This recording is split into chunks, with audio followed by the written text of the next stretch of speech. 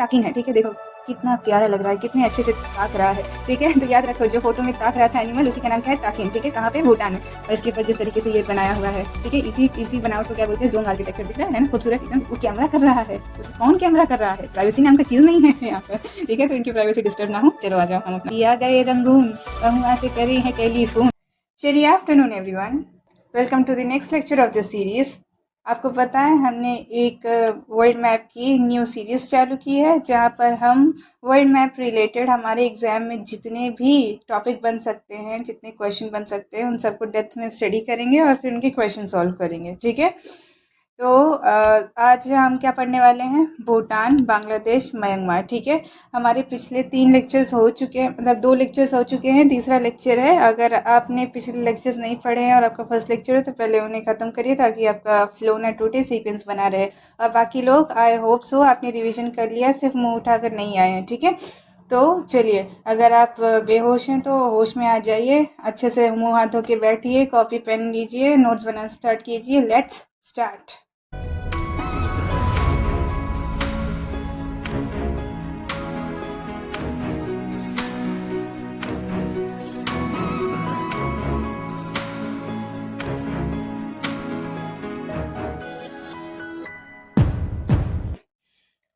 चलिए, तो फिर हमारा जो पिछले लेक्चर्स में बच्चे, आपको पता है कि हमने क्या, इंडियन सब कॉन्टिनेंट को पढ़ना चालू किया है, ठीक है। इंडियन सब कॉन्टिनेंट को हमें डेप्थ में स्टडी करना है, क्योंकि हमारे नेबरिंग कंट्रीज़ के बारे में अच्छे से हमें पता होनी चाहिए, ठीक है। उसको पढ़ने के बाद जब हम बाकी कंट्रीज़ के बारे में पढ़ने चलेंगे तो उनको फटाफट कंप्लीट करेंगे, ठीक है। अभी थोड़ा टाइम लग रहा होगा क्योंकि इन सबको बहुत डिटेल में पढ़ना है, ठीक है। आज जो थोड़ा रिविजन कर लेते हैं। मैंने आपसे कहा है कि आपके पास एक एटलास होनी चाहिए, ठीक है, और एक क्या होना चाहिए, नोटबुक होना चाहिए, जिसमें आप सारे पॉइंटर्स लिखते चलोगे और उनको रिवाइज करते चलोगे, सिर्फ लिख के सजाना नहीं है, ठीक है।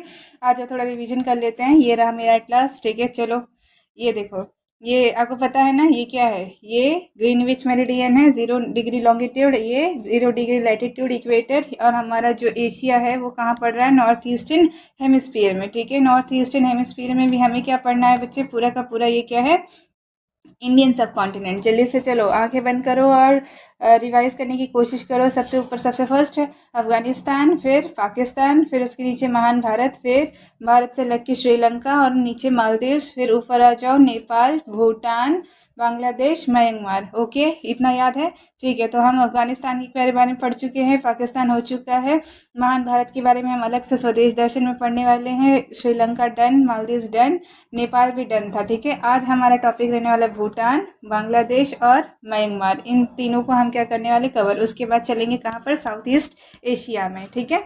चलो आ जाओ, ये याद हो रहा है ना, चलो आ जाओ। तो स्टार्ट करते हैं बच्चे भूटान से, ठीक है। तो भूटान को पहले क्या कहा जाता था बच्चे, ये ड्रुक उल्क, ठीक है। और ये ज़रा इसका देख लो फोटो, क्या दिखाई दे रहा है, ये इसका क्या है, फ्लैग है, ठीक है। नेशनल फ्लैग में क्या दिखाई दे रहा है, ड्रैगन, है ना। तो इसलिए इसको, भूटान को लैंड ऑफ ड्रैगन भी कहा जाता है, ठीक है। अभी इसके निकनेम में मैं आपको दिखाऊंगी। देखो ज़रा भूटान का ज़रा मैप देखो, इसमें आ जाओ। एटलास आपके पास है ना, एटलास में देखो, तो ये देखो नेपाल है, ठीक है। नेपाल से जस्ट लग के ये हमारा भारत का क्या आ जाता है, सिक्किम। और सिक्किम और अरुणाचल प्रदेश के बीच में ही कहाँ क्या है बच्चे, छोटा सा ये भूटान है, ठीक है, करेक्ट है। ये भूटान देख रहे हो बच्चे, आपको पता होगा यहाँ से पूरी ग्रेट हिमालयन रेंज चालू होती है, तो पूरा का पूरा भूटान जो है हिमालय में ही फंसा हुआ है, ठीक है। ये भूटान समझ में आ रहा है। भूटान हमारा सबसे अच्छा शांत पड़ोसी है, इसके साथ आज तक बच्चे कोई भी हमारा झगड़ा वगैरह नहीं हुआ है, और हाँ, आशा रहती है कि आगे भी ना हो, ठीक है। बहुत हमारी हेल्प करता है। चलो आ जाओ, इसके बारे में और डिटेल में पढ़ते हैं, ठीक है। तो सबसे पहले क्या, भूटान को आपने देख लिया, ये देखो। अब इसी को जूम करके यहाँ पर दिखाएंगे, तो ये देखो, ये देखो, ये हमारा भारत है, महान भारत, और ये रहा भूटान, ठीक है। इसी भूटान को थोड़ा जूम करके इसका मैप देखोगे तो देखो कैसा दिख रहा है, ये पर्टिकुलर इतना, ठीक है। चलो, भूटान की कैपिटल क्या है बच्चे, तो थिम्फू, ठीक है। याद रहेगा, भूटान की कैपिटल थिम्फू। मैंने कैसे याद किया था, ये इतना छोटू सा है तो इसलिए इसका कैपिटल थिम्फू, ठीक है। इसकी करेंसी बच्चे, इसकी इकलौती करेंसी बड़ी अजीब है, जो मैंने आज तक मुझे प्रोनाउंस करने नहीं आई। इसको गुल्ट्रम बोलते हैं, ठीक है। एन इसका साइलेंट है, ठीक है, गुल्ट्रम। गुलट्रुम उसकी करेंसी है, बहुत इंपॉर्टेंट है बच्चे। एग्जाम में अगर भूटान से कोई क्वेश्चन बनना होता है तो ये तुरंत उठाकर एग्जामिनर इसी की करेंसी पूछ लेता है, ठीक है। यहाँ की पार्लियामेंट जो है बच्चे वो कैसी है, तो दो टाइप की है, कॉन्स्टिट्यूशनल भी है और मोनार्ची भी है। आगे पॉलिटी में आपको मैं समझाऊंगी क्या होता है। या तो डिक्टेटरशिप होता है, देखो ये मतलब कि एक ही आदमी का राज रहेगा पूरे कंट्री में, या तो फिर कॉन्स्टिट्यूशनल होता है जैसे हमारे यहाँ पर है, पार्लियामेंट वगैरह का राज रहता है, ठीक है। और एक होता है मोनार्की, मोनार्की मतलब किंग, ठीक है, एक तरीके से आप, हाँ ठीक है, किंग। तो यहाँ पर कैसा होता है कि भूटान में दोनों चीज़ें चलती है, कॉन्स्टिट्यूशनल भी है और वहाँ पर मोनार्की भी है, मतलब किंग भी होगा और कॉन्स्टिट्यूशन भी होगा, ठीक है। पॉलिटी में डिस्कस करेंगे कि कॉन्स्टिट्यूशन वगैरह क्या होता है, अभी आपको ऊपर से थोड़ा समझ में आना चाहिए, ठीक है। यहाँ के ये किंग है, जैसे यहाँ पर कौन सी डायनेस्टी चलती है, ड्रुक डायनेस्टी, तो ड्रुक के सारे किंग जो होते हैं वो बार बार, देखो आपने देखा होगा करंट अफेयर्स में कि वो आते रहते हैं, उनकी मीट चलती है प्रधानमंत्री मोदी जी के साथ, ठीक है। चलो आ जाओ, प्रोविंस की बात करते हैं, मतलब यहाँ स्टेट क्या है, तो स्टेट का भी एक अच्छा है बच्चे। यहाँ तो आपने करेंसी देख लिया है गुलट्रुम, और एक होता है प्रोविंस को इन्होंने एक अलग सा नाम दिया है, इनको बोलते हैं दोंखास, ठीक है। हमारे यहाँ जैसे स्टेट या फिर राज्य बोलते हैं ना, तो भूटान में डिस्ट्रिक्ट को या फिर स्टेट को दोंखास बोलते हैं, ठीक है। ये भी एक तरीके का क्वेश्चन बन सकता है कि डिस्ट्रिक्ट को, भूटान की डिस्ट्रिक्ट्स को क्या कहा जाता है, ठीक है। तो यहाँ पर कितनी डिस्ट्रिक्ट हैं बच्चे, डिस्ट्रिक्ट बोलो, स्टेट बोलो या फिर प्रोविंस बोलो, तो कितनी है, 20 हैं, ठीक है। और इसमें से सबसे बड़ी कौन सी है, वांगड्यू फोड्रैंग, ठीक है। वांगड्यू फोड्रैंग जो है वो सबसे बड़ी है। जो मैप में देख लो, तो मैप में देखो ये जो प्रोविंस है यही है वांगड्यू फोड्रैंग, ठीक है, ये सबसे बड़ा है, ठीक है। यहाँ पर रिलीजन कौन सा फॉलो होता है बच्चे, तो यहाँ पर बुद्धिज्म रिलीजन फॉलो हो जाता है। मिस क्यों हो जाता है, तो मैंने आपसे बताया था कि नेपाल में नुम्बली है, नुम्बली में ही क्या था, भगवान बुद्ध का जन्म हुआ था। फिर वहाँ से क्या हुआ, पूरे भारतवर्ष में बुद्ध धर्म का प्रचार हुआ। फिर उसके बाद संघमित्रा और महेंद्र जो थे वो गए और नीचे के साउथ में प्रसार किया। फिर वहाँ से इंडोनेशिया की तरफ गए, वहाँ पर प्रसार किया, ठीक है। और भी बहुत सारे लोग इस तरफ गए और यहाँ पर भी हर जगह क्या हुआ, बुद्धिज्म का प्रसार हुआ। और इसीलिए क्या होता है, भूटान जो है वो एक बुद्धिस्ट कंट्री है, ठीक है। आई होप सो आपको अभी तक ये पता चल गया होगा। चलो यहाँ लैंग्वेज क्या है बच्चे, तो लैंग्वेज वेरी इंपॉर्टेंट, दोंखा, ठीक है, जोंखा इसको बोलते हैं, डी साइलेंट है, जोंखा, ठीक है। और इनकी प्रोविंस को जोंखास, ठीक है। लैंग्वेज का नाम बच्चे बहुत इंपॉर्टेंट है, एक तो करेंसी गुलट्रम और लैंग्वेज जोंखास लैंग्वेज। अच्छा बताओ मुझे जल्दी से कमेंट करके बताओ कि दिवेही, ठीक है, दिवेही कहाँ की लैंग्वेज है। चलो यहाँ का स्पोर्ट्स देखो, आज नेशनल सिंबल्स देख लेते हैं। तो यहाँ का नेशनल स्पोर्ट्स जो है वो बच्चे आर्चरी है, ठीक है, वेरी इंपॉर्टेंट क्वेश्चन। बच्चे इस स्लाइड में जो जो चीज़ें लिखी है सब बहुत इंपॉर्टेंट है, ठीक है। तो आपको एकदम बाकायदा ऐसे अच्छे से नोट्स पता है ना कैसे बनाने, नहीं पता तो फर्स्ट लेक्चर में जाकर देख लो, ठीक है। बनाते चलना और उसे रिवाइज करते चलना, ठीक है। तो स्पोर्ट्स कौन सा है, आर्चरी, ठीक है। एनिमल क्या है उसका, यहाँ का नेशनल एनिमल जो है उसका नाम टाकिन है, ठीक है। देखो कितना प्यारा लग रहा है, कितने अच्छे से ताक रहा है, ठीक है। तो याद रखो जो फोटो में ताक रहा था एनिमल उसी का नाम क्या है, ताकिन, ठीक है। कहाँ पे, भूटान में, ठीक है। ये आर्चरी, ठीक है। आगे आगे आ जाओ, देखो बर्ड कौन सा है यहाँ पर, तो रावेन। देखो रावेन और कौवे में फ़र्क है, ठीक है। रावेन थोड़ा सा कैसा ग्रीनिश कलर का हो जाता है और कौवा पूरा काला होता है, ठीक है। तो भूटान का जो नेशनल बर्ड है वो क्या है, उसका नाम क्या है, रावेन। आगे आ जाते हैं, यहाँ का ट्री जो है वो साइप्रस, साइप्रस एक तरीके का कॉनिफरस ट्री है। जब हम फॉरेस्ट पढ़ेंगे तो वहाँ देखेंगे अलग अलग टाइप के ट्रीज, ठीक है। तो ये अभी देखो ये जो लंबे लंबे होते हैं, ठीक है, ज़्यादातर कॉनिकल शेप के, उन्हीं को कॉनिफरस ट्रीज, और इसका क्या नाम है यहाँ पे, साइप्रस, ठीक है। फ्लावर की बात कर लेते हैं। फ्लावर यहाँ ब्लू पॉपी देख ही रहे होगे, बड़ा सुंदर है, हर जगह का फ्लावर बहुत सुंदर होता है बाकी सब सुंदर हो ना हो, ठीक है। चलो फ्रूट यहाँ का कुछ ऐसा है नहीं, बस सब लोग फेमसली एप्पल मानते हैं, ठीक है। चलो यहाँ पॉपुलेशन पॉपुलेशन कितनी है बच्चे, तो 7.8 लाख, तो काफ़ी कम पॉपुलेशन है, ठीक है। चलो निक नेम यहाँ पर तो बोलते हैं लैंड ऑफ थंडर ड्रैगन, ठीक है। ड्रैगन कैसे याद रखोगे, जिसके फ्लैग में ड्रैगन बना है वही वाले क्या है, उस वो कंट्री का नाम थंडर ड्रैगन, ठीक है। इसको भूटान को क्या बोलते हैं, ड्रैगन कंट्री। कंफ्यूज मत होना बच्चे, चाइना में भी ड्रैगन दिखाई देते हैं लेकिन उसको ड्रैगन कंट्री नहीं बोलते हैं, ठीक है। ड्रैगन कंट्री अगर बोला जाए तो वो कौन है बच्चे, भूटान, ठीक है इतना शांत पर ड्रैगन से कंपेयर किया जाता है। चलो इसकी बाउंड्री की बात कर लेते हैं बच्चे, तो फिर से एक सबसे इम्पोर्टेंट क्वेश्चन लग रहा है कि भूटान जो है वो भारत से कितनी बाउंड्री शेयर करता है, ठीक है। हम जब इंडिया के बारे में पढ़ेंगे तो वहाँ पर फिर से ये सब देखेंगे, लेकिन फिलहाल आपको याद रखना है 699, ठीक है, वेरी इंपॉर्टेंट है यहाँ पर 6, और फिर बाद में देखो 3 के टेबल में आता है 6, 3 2 3, 3 9 9, ठीक है, ऐसे करके याद रख सकते हैं। फिर डायरेक्टली याद रखो कि 700 किलोमीटर्स है, ठीक। अच्छा देखो, तो अच्छा इतना तो पता चल गया, लेकिन अब कितने हमारे यहाँ के स्टेट से, कौन कौन से स्टेट से इसकी बाउंड्री लगती है, तो उसके लिए एक आप क्या याद रख सकते हो ट्रिक, स्वा करके, ठीक है, स्वा। स्वा मतलब सिक्किम, वेस्ट बंगाल, अरुणाचल प्रदेश और आसाम। चलो मैं आपको दिखा देती हूँ। तो 4 याद रहेंगे, 4 स्टेट जो हैं वो हमारे, उसके साथ ही भूटान क्या करता है, बाउंड्री शेयर कर देता है। आज मैं यहाँ पर दिखा देती हूँ। अगर आपके पास मैप हो तो देखो, ये जो दिख रहा है बच्चे, ये सिक्किम है, ठीक है। फिर सिक्किम से यहीं पर देखो, ये जो ये इस तरफ दिख रहा है कोलकाता, जहाँ की राजधानी है, तो ये पूरा पर्टिकुलर इतना जो है, ये पूरा क्या है, वेस्ट बंगाल है। तो वेस्ट बंगाल बड़ा छुपा रुस्तम है, हमें इतना लगता है कि इतना ही है, लेकिन ये पूरा यहाँ तक आ रहा है। तो ये थिम्फू से भी अरे भूटान से भी शेयर करता है, नेपाल से भी शेयर करता है, और बांग्लादेश से तो शेयर करता ही करता है, ठीक है। तो कौन कौन आ गया बच्चे, तो सिक्किम ऊपर जो एकदम थंब जैसा है, फिर यहाँ नीचे क्या है अपना वेस्ट बंगाल, और फिर यहाँ से बच्चे यहाँ ए बनाता हुआ असम। मैंने अभी आपको स्टेट्स वगैरह पढ़ाए नहीं है, मैं पढ़ाऊंगी तब एकदम आपके मुंह पे बैठ जाना है, अभी चिंता मत करो, सिर्फ देखते चलो। ये क्या है, ए से असम, और यहाँ पर क्या आ जाएगा, असम के ऊपर चढ़ा हुआ अरुणाचल प्रदेश, ठीक है। तो याद रहेंगे ये सिक्किम, वेस्ट बंगाल, असम और अरुणाचल प्रदेश, करेक्ट है। और कैसे अगर नहीं तो याद रखोगे स्वा, ठीक है। चलो आ जाओ, 4 स्टेट और कितना बड़ा बॉर्डर, 699, ठीक है। अच्छा सिटीज़ के बारे में यहाँ बात कर लेते तो सिटी आपको तो ये पता है, सबसे पहले तो थिम्फू जो यहाँ की कैपिटल है। दूसरी जो इम्पोर्टेंट सिटी है यहाँ पर वो क्या है बच्चे, पारो। पारो क्यों इम्पोर्टेंट है, क्योंकि यहाँ जो है इकलौता इंटरनेशनल एयरपोर्ट है इस पूरे पूरे कंट्री का, ठीक है। मतलब देखो कंट्री इतनी छोटी है, ज़्यादा यहाँ पर कुछ होता नहीं, इतने बड़े बड़े पहाड़ हैं, ज़्यादा अच्छे से आप अच्छा याद करो। मुझे ये बताओ कि सबसे डेंजरस जो एयरपोर्ट है वो कहाँ का है और कौन सी कंट्री में है। चलो मैं आपको हिंट दे देती हूँ, पिछली बार ही पढ़ा था हमने, नेपाल में है, उसका नाम मुझे लिख के बताना, ठीक है। और उसके बाद जो सबसे सेकंड डेंजरस एयरपोर्ट है वो बच्चे पारो है, ठीक है। क्यों ये सब डेंजरस है मिस, क्योंकि ये सब ऐसे ऐसे जोग्राफिकल कंडीशन में बसे हुए हैं ना कि यहाँ पर उतरना, लैंडिंग करना बहुत मुश्किल होता है, रनवे बहुत ज़्यादा छोटे होते हैं, ठीक है। तो पारो कहाँ आ जाता है, चलो यहाँ देखो मैप में, तो ये देखो थिम्फू, थिम्फू से जस्ट लग के कहाँ है ये, पारो, ठीक है।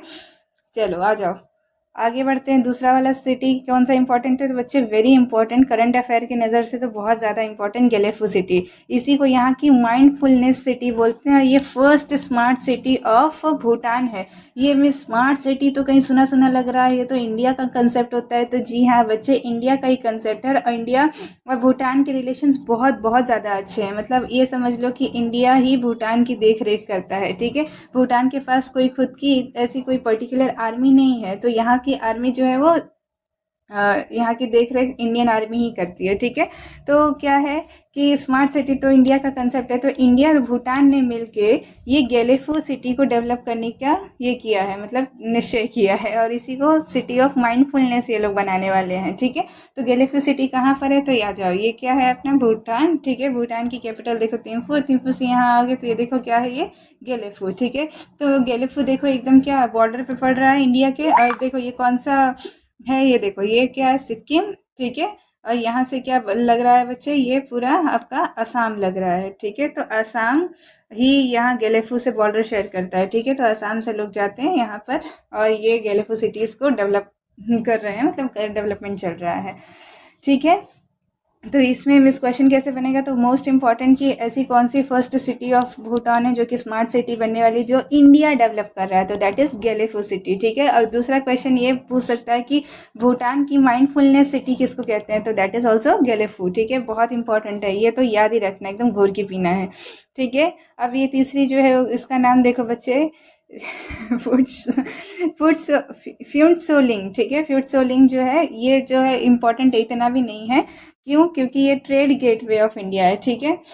चलो फूड सोलिंग मैंने यहाँ पर ये देखो, ये रहा फूड सोलिंग, ठीक है। ये भी क्या है, इंडिया के जस्ट पास बॉर्डर पे पड़ रहा है, तो यहीं से क्या होता है, ज़्यादातर भारत का ट्रेड जाता है कहाँ पर, भूटान की तरफ। अच्छा आप लोग भूटान को देख रहे होगे बच्चे, ये पूरी तरीके से क्या है, लैंड बाउंड्री से ही घिरा हुआ है। कहने का मतलब ये लैंड लॉक्ड है, इसके पास कोई अपना पर्टिकुलर पोर्ट, सी, गल्फ, ये सब कुछ भी नहीं है, ठीक है। यहाँ आ जाओ, यहाँ देखो ये पूरा यहाँ पर भरा हुआ। अब और ये क्या है बच्चे, एक बफर। बफर कंट्री में तो समझते हो क्या?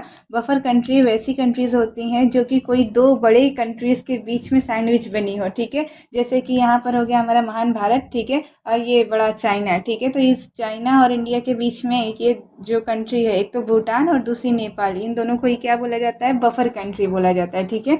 और तो और ये लैंड लॉक्ड भी हैं, ठीक है। तो इन दोनों का ज़्यादातर ट्रेड कहाँ से होता है? भारत से ही होता है, ठीक है। ये लोग अपना सारा ट्रेड मटेरियल्स कहाँ पर? कोलकाता बंदरगाह पे उतरवाते हैं, फिर यहाँ से बाय रोड ट्रांसफ़र किया जाता है, ठीक है। भूटान तो बहुत अच्छे रिलेशन रखता है, नेपाल भी बहुत अच्छे रिलेशन रखता है, बस थोड़ा बहुत ये क्या, चाइना इस पे इन्फ्लुएंस बना रहा है, जो कि सरकार को देखना चाहिए। चलो बच्चे, सिटीज़ के बारे में बात हो गई, अब आ जाते हैं हम लोग माउंटेन रेंजेस की। तो बात ही क्या करनी है मिस, हिमालय के ही गोद में बसा हुआ ये पूरा का पूरा क्या, भूटान देश ही है, ठीक है। आप इसको देखो ज़रा, इसका फिजिकल मैप देखो। देखो यहाँ पर ये क्या है, पॉलिटिकल, और ये क्या है, फिजिकल। फिजिकल मैप देख रहे हो, यहाँ पर कहीं पर भी आपको कुछ ऐसा हरा भरा दिख रहा है? नहीं। क्यों? क्योंकि ये पूरी पूरी पहाड़ी इलाका ही है, ठीक है। ज़रा इसमें ये देखो, 600 मीटर, 6000 मीटर, ये पूरा का पूरा कितना उठा हुआ है। मतलब समझ में आ रहा है ना बच्चे, मैंने पिछले लेक्चर्स में भी आपको समझाया। एकदम मतलब जो एकदम नीचे, मतलब 200 मीटर्स मतलब मैदानी इलाका, और जो ज़्यादा ऊंचाई पर मतलब कि क्या है, ये सब पहाड़ी इलाके हैं, ठीक है। तो ये पूरा पूरा पहाड़, और ये देखो ये तो बहुत बड़े बड़े पहाड़ है। क्यों? क्योंकि ये तिब्बत का पठार यहाँ पर आ जाता है। तिब्बत का पठार मतलब टिबेटियन प्लेट्यू, और ये बहुत ऊंचा है, इसको दुनिया की छत भी कहा जाता है। चाइना आने दो, पढ़ते हैं, ठीक है। चलो, तो हिमालय हो गया, और यहाँ की सबसे ऊंची चोटी जो है बच्चे, वो क्या है? गंगखार फ्यूजनुम, ठीक है। फ्यूनजुम, ठीक है, गंगखार, इसे याद रखना, ठीक है। इतना इम्पोर्टेंट नहीं है, पर फिर भी कभी मान लो पूछ लिया तो, ठीक है, इसका ये मत याद रखना, ठीक। अच्छा, रिवर्स की बात कर ले बच्चे, तो रिवर्स यहाँ पर सबसे इम्पोर्टेंट तो 3 रिवर है, ठीक है। एक मानस, संकोश और वांगचुक, ठीक है। ये फुटान सांगचू, फुटनट चांगचू जो है रिवर, ये अभी इम्पोर्टेंट हुई है। क्यों? क्योंकि भारत जो है वो यहाँ पर हाइड्रो पावर प्रोजेक्ट डेवलप कर रहा है, ठीक है। हाइड्रो पावर प्रोजेक्ट समझते हो क्या बच्चे? बांध, ठीक है। बांध बनाते हैं, और उसके बाद वहाँ से क्या होता है, पानी को छोड़ा जाता है, और वहीं से हाइड्रो पावर एनर्जी जनरेट की जाती है, उसी को हाइड्रो पावर प्रोजेक्ट बोलते हैं, ठीक है।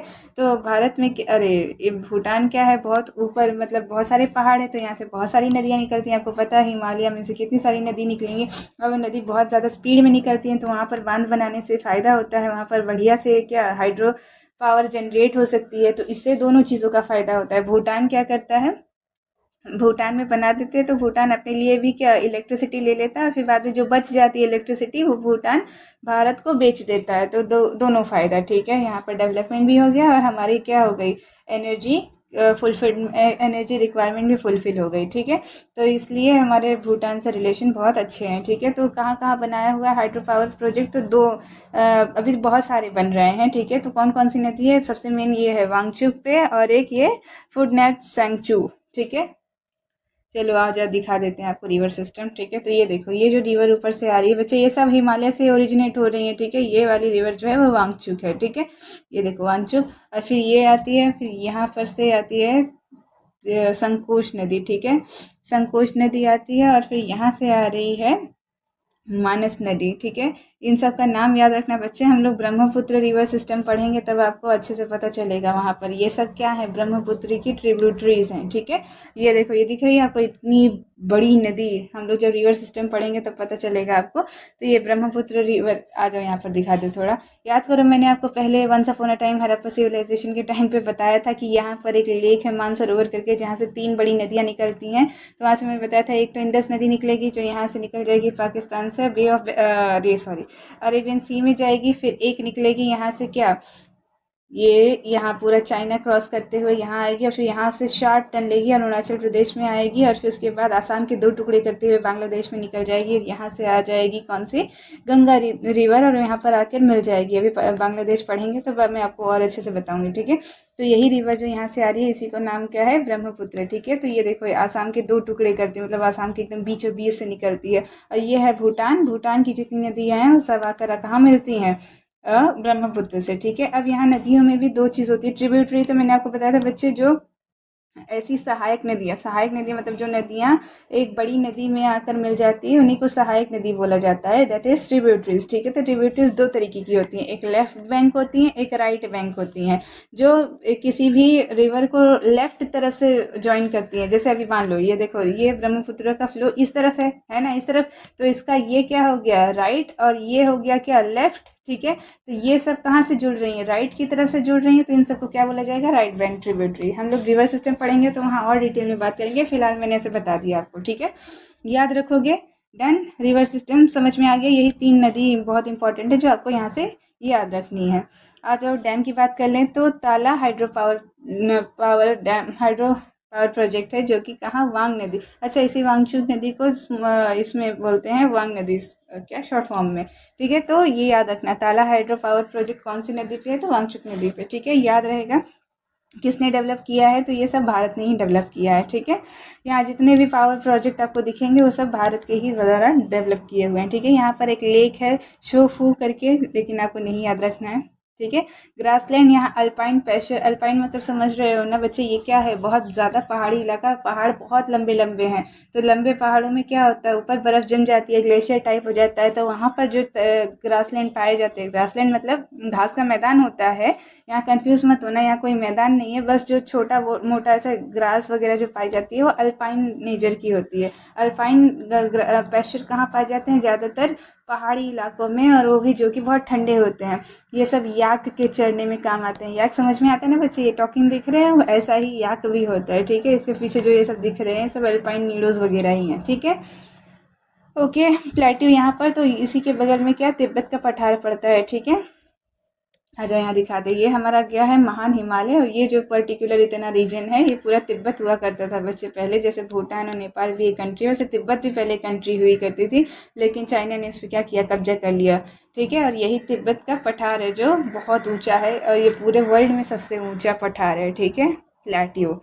चलो आ जाओ, तो अब बच्चे पठार है तो यहाँ से कोई ना कोई तो मिनरल तो निकलता ही होगा ना, तो आपको याद करो वॉल्केनो लेक्चर में मैंने आपको बताया था कि बहुत सारे वॉल्केनो आएंगे, ठंडा होगा, फिर उसके अंदर ही क्या होंगे, बहुत सारे मिनरल्स होंगे। तो यहाँ पर ज़्यादातर मिनरल कौन सा पाया जाता है, तो बच्चे लाइमस्टोन। लाइमस्टोन क्यों, क्योंकि ये क्या है, जो ग्रेट हिमालय है वो कैसे ग्रेनाइट पत्थर से बना हुआ है, और यहाँ पर जब ये क्या होता है, डेनुमेशन प्रोसेस होता है, मतलब क्या, तोड़ फोड़ होता है ड्यू टू वाटर और एयर, तो यही सब आपस में मिल मिल के क्या लेयर वाइज स्टोन बनाते हैं, और उसी स्टोन को क्या नाम पड़ता है, sedimentary rock, that is limestone. ठीक है, अगर आपको नहीं पता तो आप रॉक वाला लेक्चर देख कर आओ, वहाँ पर और डिटेल में हमने बात की है। ठीक है, चलो आ जाओ, अगला ट्राइब्स देखते हैं कि यहाँ कौन कौन सी ट्राइब होती है। तो बच्चे सबसे इम्पोर्टेंट ट्राइब यहाँ पर भूतिया ट्राइब, फिर सारचोप, और ये भी एक ट्राइब है जो इतनी ज़्यादा इंपॉर्टेंट नहीं, पर भूतिया ट्राइब आपको याद रखना है। ठीक है, जब भारत के बारे में पढ़ेंगे तो देखेंगे हिमाचल प्रदेश,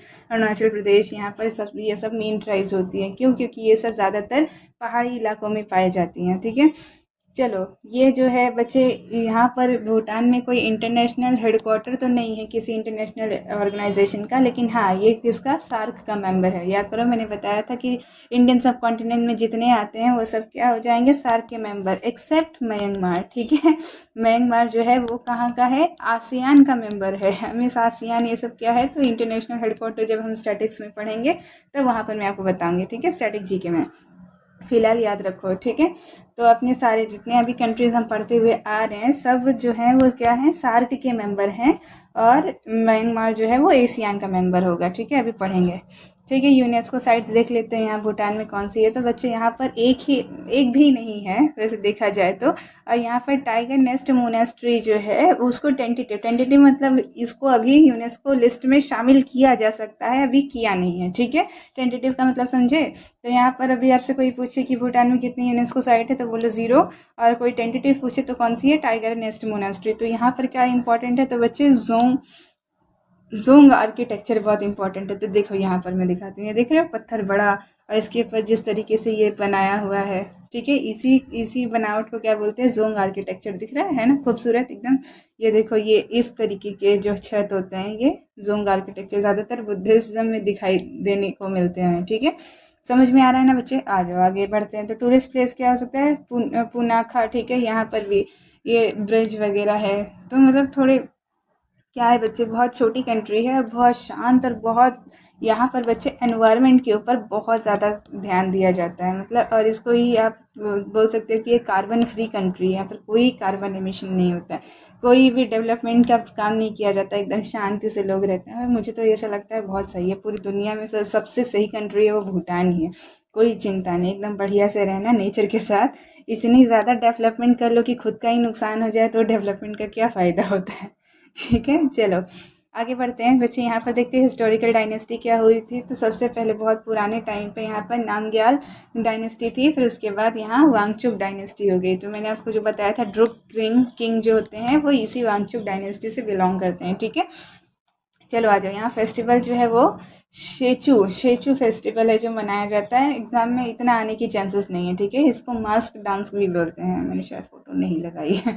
ठीक है, यहाँ एक्सरसाइज तो यहाँ पर कोई, मैंने आपको पहले बताया था भूटान के पास खुद की कोई ऐसी खास आर्मी नहीं है, तो यहाँ पर हमारी आर्मी जो है वो यहाँ पर यहाँ के लोगों को ट्रेनिंग देती है। तो वो क्या, आई एम ट्रैट ट्रेनिंग करके एक एक्सरसाइज है जो होती है, और ये डैन टैक एक्सरसाइज जो होती है वो बी आर ओ मैंने आपको बताया था, बॉर्डर रोड ऑर्गेनाइजेशन। ठीक है, तो आपको पता होगा कि यहाँ पर हमारा क्या लग रहा है, इंटरनेशनल बॉर्डर लग रहा है भूटान के साथ।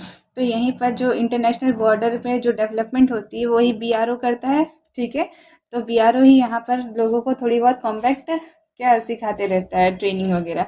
क्यों, ताकि चाइना का इन्फ्लुएंस ज़्यादा यहाँ पर ना हो सके। आपको अभी पता चलेगा यहाँ पर एक डोकलाम वैली हुआ करती थी, देखो दिख रहा है यहाँ पर एकदम, यहाँ देखो एकदम चोक पॉइंट पे, यहाँ देखो, यहाँ सिक्किम है, ये भूटान है, और यहीं से चाइना भी आ रहा है। तो चाइना का प्रेजेंस यहाँ डोकलाम वैली में बहुत ज़्यादा हो रहा था। तो ये भूटान के ही लोगों थे जिन्होंने भारत की मदद की थी और कहा था ये डोकलाम वैली में देखो चाइना का प्रेजेंस बहुत ज़्यादा हो रहा है। ठीक है, तो वहाँ पर हमारा हमेशा फ्रेंडली रिलेशनशिप बना रहता है। ठीक है, तो डोकलाम वैली याद रखना कहाँ पर है, एकदम सिक्किम भूटान और चाइना के बीच में याद आएगा। सिक्किम, यहाँ से भूटान, और यहाँ चाइना के प्रेजेंट, तो यहीं पे डोकलाम वैली है। ठीक, चलो और कुछ, हाँ देखो फैक्ट्स। यहाँ पर सबसे इम्पोर्टेंट फैक्ट आपको जान की हैरानी होगी कि थिम्फू, जो कि इस पूरे शहर का, पूरे देश का सबसे बड़ा शहर, मतलब कैपिटल है, वहाँ पर एक भी ट्रैफिक सिग्नल नहीं है। मतलब आप समझ सकते, कोई वहाँ पर ट्रैफिक प्रॉब्लम नहीं है, क्योंकि वहाँ पर इतनी ज़्यादा गाड़ियाँ वगैरह चलती ही नहीं है। ठीक है, और ये एक ओनली कंट्री है जिसके पास क्रॉस नेशनल हैप्पीनेस, अच्छा मैं आपको जब पढ़ाऊंगी इंडेक्स एंड रिपोर्ट करके, तो वहाँ एक बहुत इंपॉर्टेंट इंडेक्स निकलता है जिसे बोलते हैं ग्लोबल हैप्पीनेस इंडेक्स। ठीक है, जिसको निकालने की बात यही भूटान ने की थी। क्यों, क्योंकि भूटान खुद एक ग्रॉस नेशनल हैप्पीनेस, मतलब सबसे, अगर आप कहो कि सबसे हैप्पीएस्ट जो कंट्री है वो क्या है, भूटान ही है। अभी अगर देखने जाओ, आप सर्च करो तो नॉर्वे, फिनलैंड ये सब दिखाएगा, लेकिन एक्चुअली में मुझे तो यही लगता है कि भूटान ही। ठीक है, एकदम यहाँ पर बुद्धिस्ट रिलीजन एकदम बहुत अच्छा है बच्चे, मतलब कि कैसे एकदम मोनेस्ट्री, और यहाँ पर बच्चे एकदम बढ़िया पढ़ते हैं, मतलब गुरुकुल सिस्टम जैसा, मतलब बहुत अच्छा। ठीक है, कभी अगर लगे तो सबसे पहले भूटान ही घूमने जाना। ठीक है, जो ज़्यादा अपने लाइफ में चिल वगैरह जाते हैं उनको शायद ना अच्छा लगे, लेकिन जो मेरे जैसे लोग हैं, ठीक है, उनको ज़्यादा भूटान ही पसंद आएगा। ठीक है, और तीसरा फैक्ट याद रखना कि ये कार्बन नेगेटिव कंट्री है, 0% यहाँ से कार्बन एमिशन होता है, समझ लो बच्चे। तो इससे ज़्यादा और क्या चाहिए। ठीक है, चलो आ जाओ। रिलेशन कैसे हैं इसके भारत के साथ, तो क्लोज स्ट्रेटेजिक पार्टनर है। ठीक है, गैलीफू और कोकराझ रेलवे, कोकराझ कहाँ पड़ेगा बच्चे, आसाम में। ठीक है, ये पूरा बन रहा है, मैंने आपको बताया था।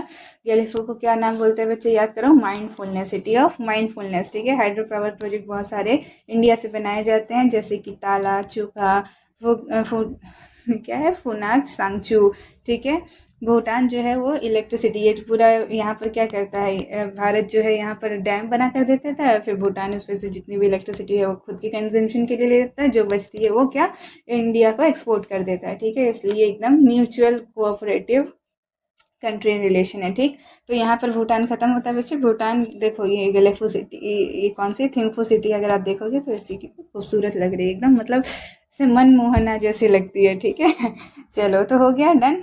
तो भूटान बहुत छोटा कंट्री था बच्चे, ये डन हो गया। ठीक है, आधे घंटे में। चलो नेक्स्ट अपना कंट्री आते हैं बच्चे, दैट इज़ बांग्लादेश, हमारा पोता। ठीक है, पैदा करवाया है इसे हमने। कब?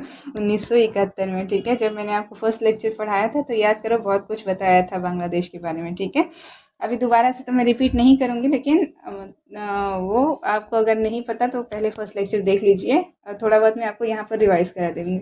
चलो आ जाओ, यहाँ पर देख लेते हैं, पहले रिवाइज कर लेते हैं। चलो आंखें बंद करो, रेडी, स्टार्ट। अफगानिस्तान, पाकिस्तान, कौन सा, महान भारत, फिर उसके नीचे श्रीलंका, श्रीलंका के नीचे यहाँ पर मालदीव्स, फिर ऊपर आ जाओ नेपाल, नेपाल के जस्ट लग के Bhutan, and then Bangladesh and Myanmar, ठीक है। चलो आ जाओ, बांग्लादेश के बारे में बात कर लेते हैं।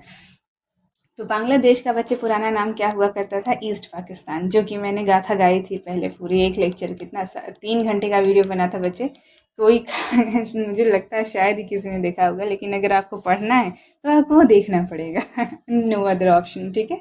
तो बांग्लादेश को पहले क्या बोला जाता था, मतलब देखो बच्चे, 1947 में क्या हुआ, भारत के 2 टुकड़े कर दिए गए, ठीक है। दो क्या, तब के टाइम पे 3 टुकड़े हुए थे। तो जैसे यहाँ पर देखो, ये पूरा हमारा ये मेन लैंड जो था, ये पूरा भारत था, ठीक है। इस तरफ भी पाकिस्तान था, और आपको पता होना चाहिए कि यहाँ पर भी पाकिस्तान था। इसे वेस्ट पाकिस्तान बोला जाता था, इसे ईस्ट पाकिस्तान बोला जाता था, ठीक है। फिर मैंने आपको बताया था कि क्या हुआ, कि मैं पहले यही बता दूं क्या? चलो आ जाओ, यही बता देते हैं सबसे पहले। देखो, रिलेशन विथ इंडिया, ठीक है। तो सबसे पहले क्या हुआ था कि वही 1947 में अलग अलग था, यहाँ पर पूरा, यहाँ भारत था, इस तरफ पाकिस्तान है, इस तरफ ईस्ट पाकिस्तान। तो यहाँ के क्या हुआ करते थे बच्चे, शेख, यहाँ पर ईस्ट पाकिस्तान में शेख मुजीबुर रहमान हुआ करते थे, जिनकी कौन सी पार्टी थी? अवामी लीग थी, ठीक है। तो अवामी लीग के ये पार्टी के मेंबर थे, मतलब सबसे बड़े लीडर थे। तो यहाँ ईस्ट पाकिस्तान में सब चाहते थे कि ये जो है हमारे के चीफ मिनिस्टर बन जाए, ठीक है। तो ये गए वहाँ वेस्ट पाकिस्तान, मतलब जो आज का पाकिस्तान है वहाँ पर, तो उनको यहाँ पर जेल में डाल दिया गया, ठीक है। और कहा गया कि क्योंकि तुम बांग्लादेशी हो, तुम बांग्ला भाषा बोलते हो, तुम काले दिखते हो, रेसिज्म वगैरह जो भी आरोप लगा सकते थे, तो तुम यहाँ पर जेल में रहो, और हमारे यहाँ से लोग जाएंगे, तुम्हारी नस्लों को सही करेंगे, उसके बाद जो वहाँ पर बच्चे पैदा होंगे और वो बनेंगे वहाँ के सीएम। तो समझ रहे हो कितना ह्यूमिलेटिंग बात पाकिस्तान बोल सकता है, ठीक है। अब बोलना तो छोड़ो, उसने किया भी ये चीज़, ठीक है। ऑपरेशन सर्च लाइट चलाया, पूरे बांग्लादेश में कितने लोगों का जीनोसाइड कर दिया, बाप रे, कितनी कितनी चीज़ें की, छोड़ ही दो वो सब। आगे की बात करते हैं। तो क्या हुआ था, मैंने आपको बताया था। फिर क्या हुआ, ऑपरेशन जैकपॉट चला। वहाँ पर क्या हुआ था कि ये जितने शेख मुजीबुर रहमान को तो क्या किया था, बंदी बना लिया था। तो अवामी लीग के जितने मेंबर्स थे, उन सब ने क्या किया, अपनी एक रिवोल्यूशनरी सेना बनाई। रिवोल्यूशनरी आपको पता होगा, हिस्ट्री में आगे पढ़ेंगे, ठीक है। फिर उसको क्या नाम दिया, मुक्ति वाहिनी, ठीक है। मुक्ति वाहिनी, ठीक है, यहाँ पर लिखा हुआ था मुक्ति वाहिनी, ठीक है। फिर इन्होंने क्या किया बच्चे, 1971 आते आते बांग्लादेश लिबरेशन वॉर हुआ, जिसमें क्या था कि मैंने आपको पिछले लेक्चर्स में भी बताया था कि तब के टाइम पे कौन थी, प्राइम मिनिस्टर इंदिरा गांधी थी, और हमारे यहाँ की चीफ आर्मी स्टाफ जो थे वो कौन थे, सैम मानेकशॉ। ये आप देख सकते हैं, ये फील्ड मार्शल हैं, ये हमारे देश के, इंडिया के फर्स्ट फील्ड मार्शल बने हैं, और आज तक सिर्फ यही है। मतलब कि इनके बनने के बाद ये जो पर्टिकुलर पोस्ट है, ये इनके ऑनर में रख दी गई। अब किसी और को फील्ड मास्टर अभी तक नहीं बनाया गया, ठीक है, फील्ड मार्शल, ठीक है। और वहाँ पाकिस्तान में याह्या खान था, ठीक है। तो उसमें क्या हुआ कि पहले तो मुक्ति वाहिनी यहाँ पर लड़ रही थी, उनको सीक्रेटली आर्मी ट्रेनिंग दे रही थी, ठीक है। फिर क्या हुआ कि 4 दिसंबर 1971 को इंडियन नेवी ने सबसे बड़ा अपना ऑपरेशन चलाया, दैट इज़ ऑपरेशन ट्राइडेंट, और क्या किया, कराची फोर्ट को डिस्ट्रॉय कर दिया। फिर 8 दिसंबर, जस्ट इसके 4 दिन बाद ऑपरेशन पाइथन चलाया, जो बचा खुचा था वो भी डिस्ट्रॉय कर दिया, ठीक है। फिर उसके बाद आर्मी और मुक्ति वाहिनी ने मिलकर क्या किया, ऑपरेशन जैकपॉट लॉन्च किया, और उसके तहत क्या किया, आपको याद होगा मैंने बताया था कि बांग्लादेश का क्या था, आर्मी सुप्रीम यहाँ सो रहा था, तो उसको पहले बाहर निकाला, और उसके बाद उसके घर पे क्या किया, बम गिराया, कहा कि ये तुम्हारे, मतलब तुम्हें निकाले वगैरह भी ये बम गिर सकता था, तो सरेंडर करोगे कि क्या करोगे, बम खाओगे? तो उसने कहा सरेंडर किया। तो सरेंडर कितना, 93,000 पाकिस्तानी सोल्जर ने सरेंडर किया, और ये लार्जेस्ट मिलिट्री सरेंडर थी, ठीक है। ये देखो, ये पूरा गन वगैरह फेंक दिया, और ये देखो साइन कराया गया कि सरेंडर करो, ठीक है।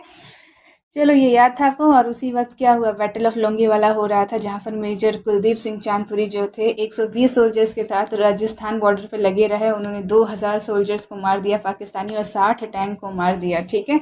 और तो वही देखने लायक बात थी कि 120 सोल्जर 2000 के सामने नहीं हटे और यहाँ 93,000 लोगों ने सरेंडर किया, ठीक है।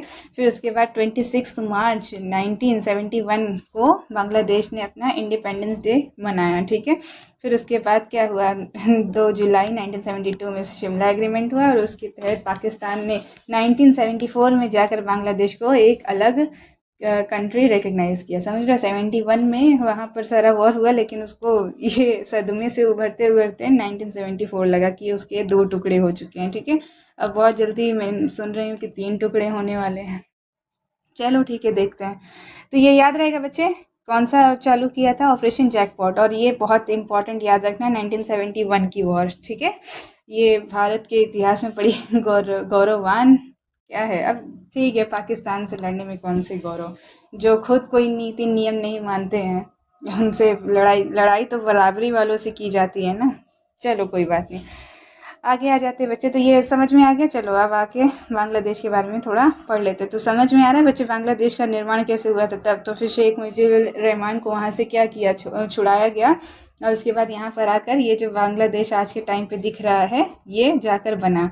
और आपको अब जान के हैरानी होगी, बांग्लादेश जिसको बनाने में भारत ने सहयोग किया था, नहीं तो ये बन ना पाता।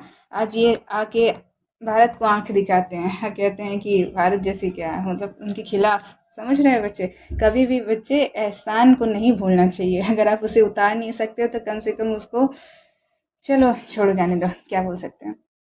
चलो तो कैपिटल देख लेते हैं बच्चे। तो कैपिटल क्या है, ढाका। ढाका में ही उसका था सेक्रेटरीट, ठीक है, जहाँ पर उसका घर था, जहाँ से उसको निकाल के उसके ऊपर बम गिराया था। और ढाका में ही बहुत सारे लोगों को क्या सरेंडर करवाया था, सारे वहाँ 93,000 जितने लोग थे, ठीक है।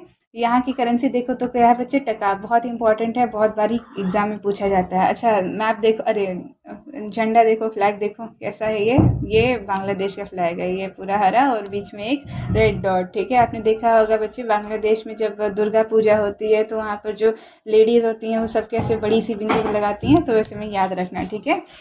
चलो आगे आ जाओ। तो यहाँ पर पार्लियामेंट का क्या नाम है बच्चे, तो जातीय संसद याद रखना, ठीक है। कितनी प्रोविंस है, तो 8 प्रोविंस है। उनमें से सबसे बड़ा जो है वो क्या है, चिटागोंग, ठीक है। चिटागोंग ये देखो, ये रहा चिटागोंग, ठीक है। इसको पहले चट्टोग्राम बोला जाता था, ठीक है, बांग्लादेश में, ठीक है। यहाँ पर ही बहुत बड़ी रेवोल्यूशनरी लड़ाई लड़ी गई है जिसमें सूर्योदय थे, ठीक है। जब हम हिस्ट्री पढ़ेंगे तो वहाँ से भी देखेंगे, ठीक है। पहले तो ये सब क्या भारत का ही हिस्सा हुआ करता था, ये अंग्रेज आके टुकड़े टुकड़े कर दिए, बस और कुछ नहीं। चलो यहाँ पर कौन सा रिलीजन रहता है बच्चे, तो इस्लाम, ठीक है। ज़्यादा ये इस्लाम जानबूझ के यहाँ पर ऐसा किया गया था बच्चे। भारत में जो ये पूरा ये पर्टिकुलर इतना एरिया था, ये पूरा बंगाल आता था, ठीक है। तो मुस्लिम, अरे कौन थे, ब्रिटिशर्स ने जानबूझ के यहाँ पर ऐसा डिवाइड एंड रूल पॉलिसी किया था 1905 में, कि यहाँ पर क्या करो, सारे सारे हिंदू को डाल दो और इस तरफ क्या करो, सारे सारे मुस्लिम को डाल दो, और फिर उसके बीच में क्या करो, डिवाइड एंड रूल पॉलिसी खेलो और ऐसे हिंदू मुसलमान करते रहो, जो आज तक पूरे हर जगह हो रहा है। जबरदस्ती का नाटक फैला कर रखा हुआ है, कोई मतलब नहीं है इसका। चलो मतलब जब भी किसी को कुछ भी नहीं सूझता है तो एक काम करते हैं, यही वाला टॉपिक लेकर चढ़ बैठते हैं। आगे आ जाओ। चलो लैंग्वेज की बात करें यहाँ पर, तो बच्चे ऑब्वियस सी बात है, बंगाली लैंग्वेज यहाँ की ऑफिशियल लैंग्वेज है, ठीक है। स्पोर्ट्स की बात करें तो बच्चे कबड्डी, ठीक है।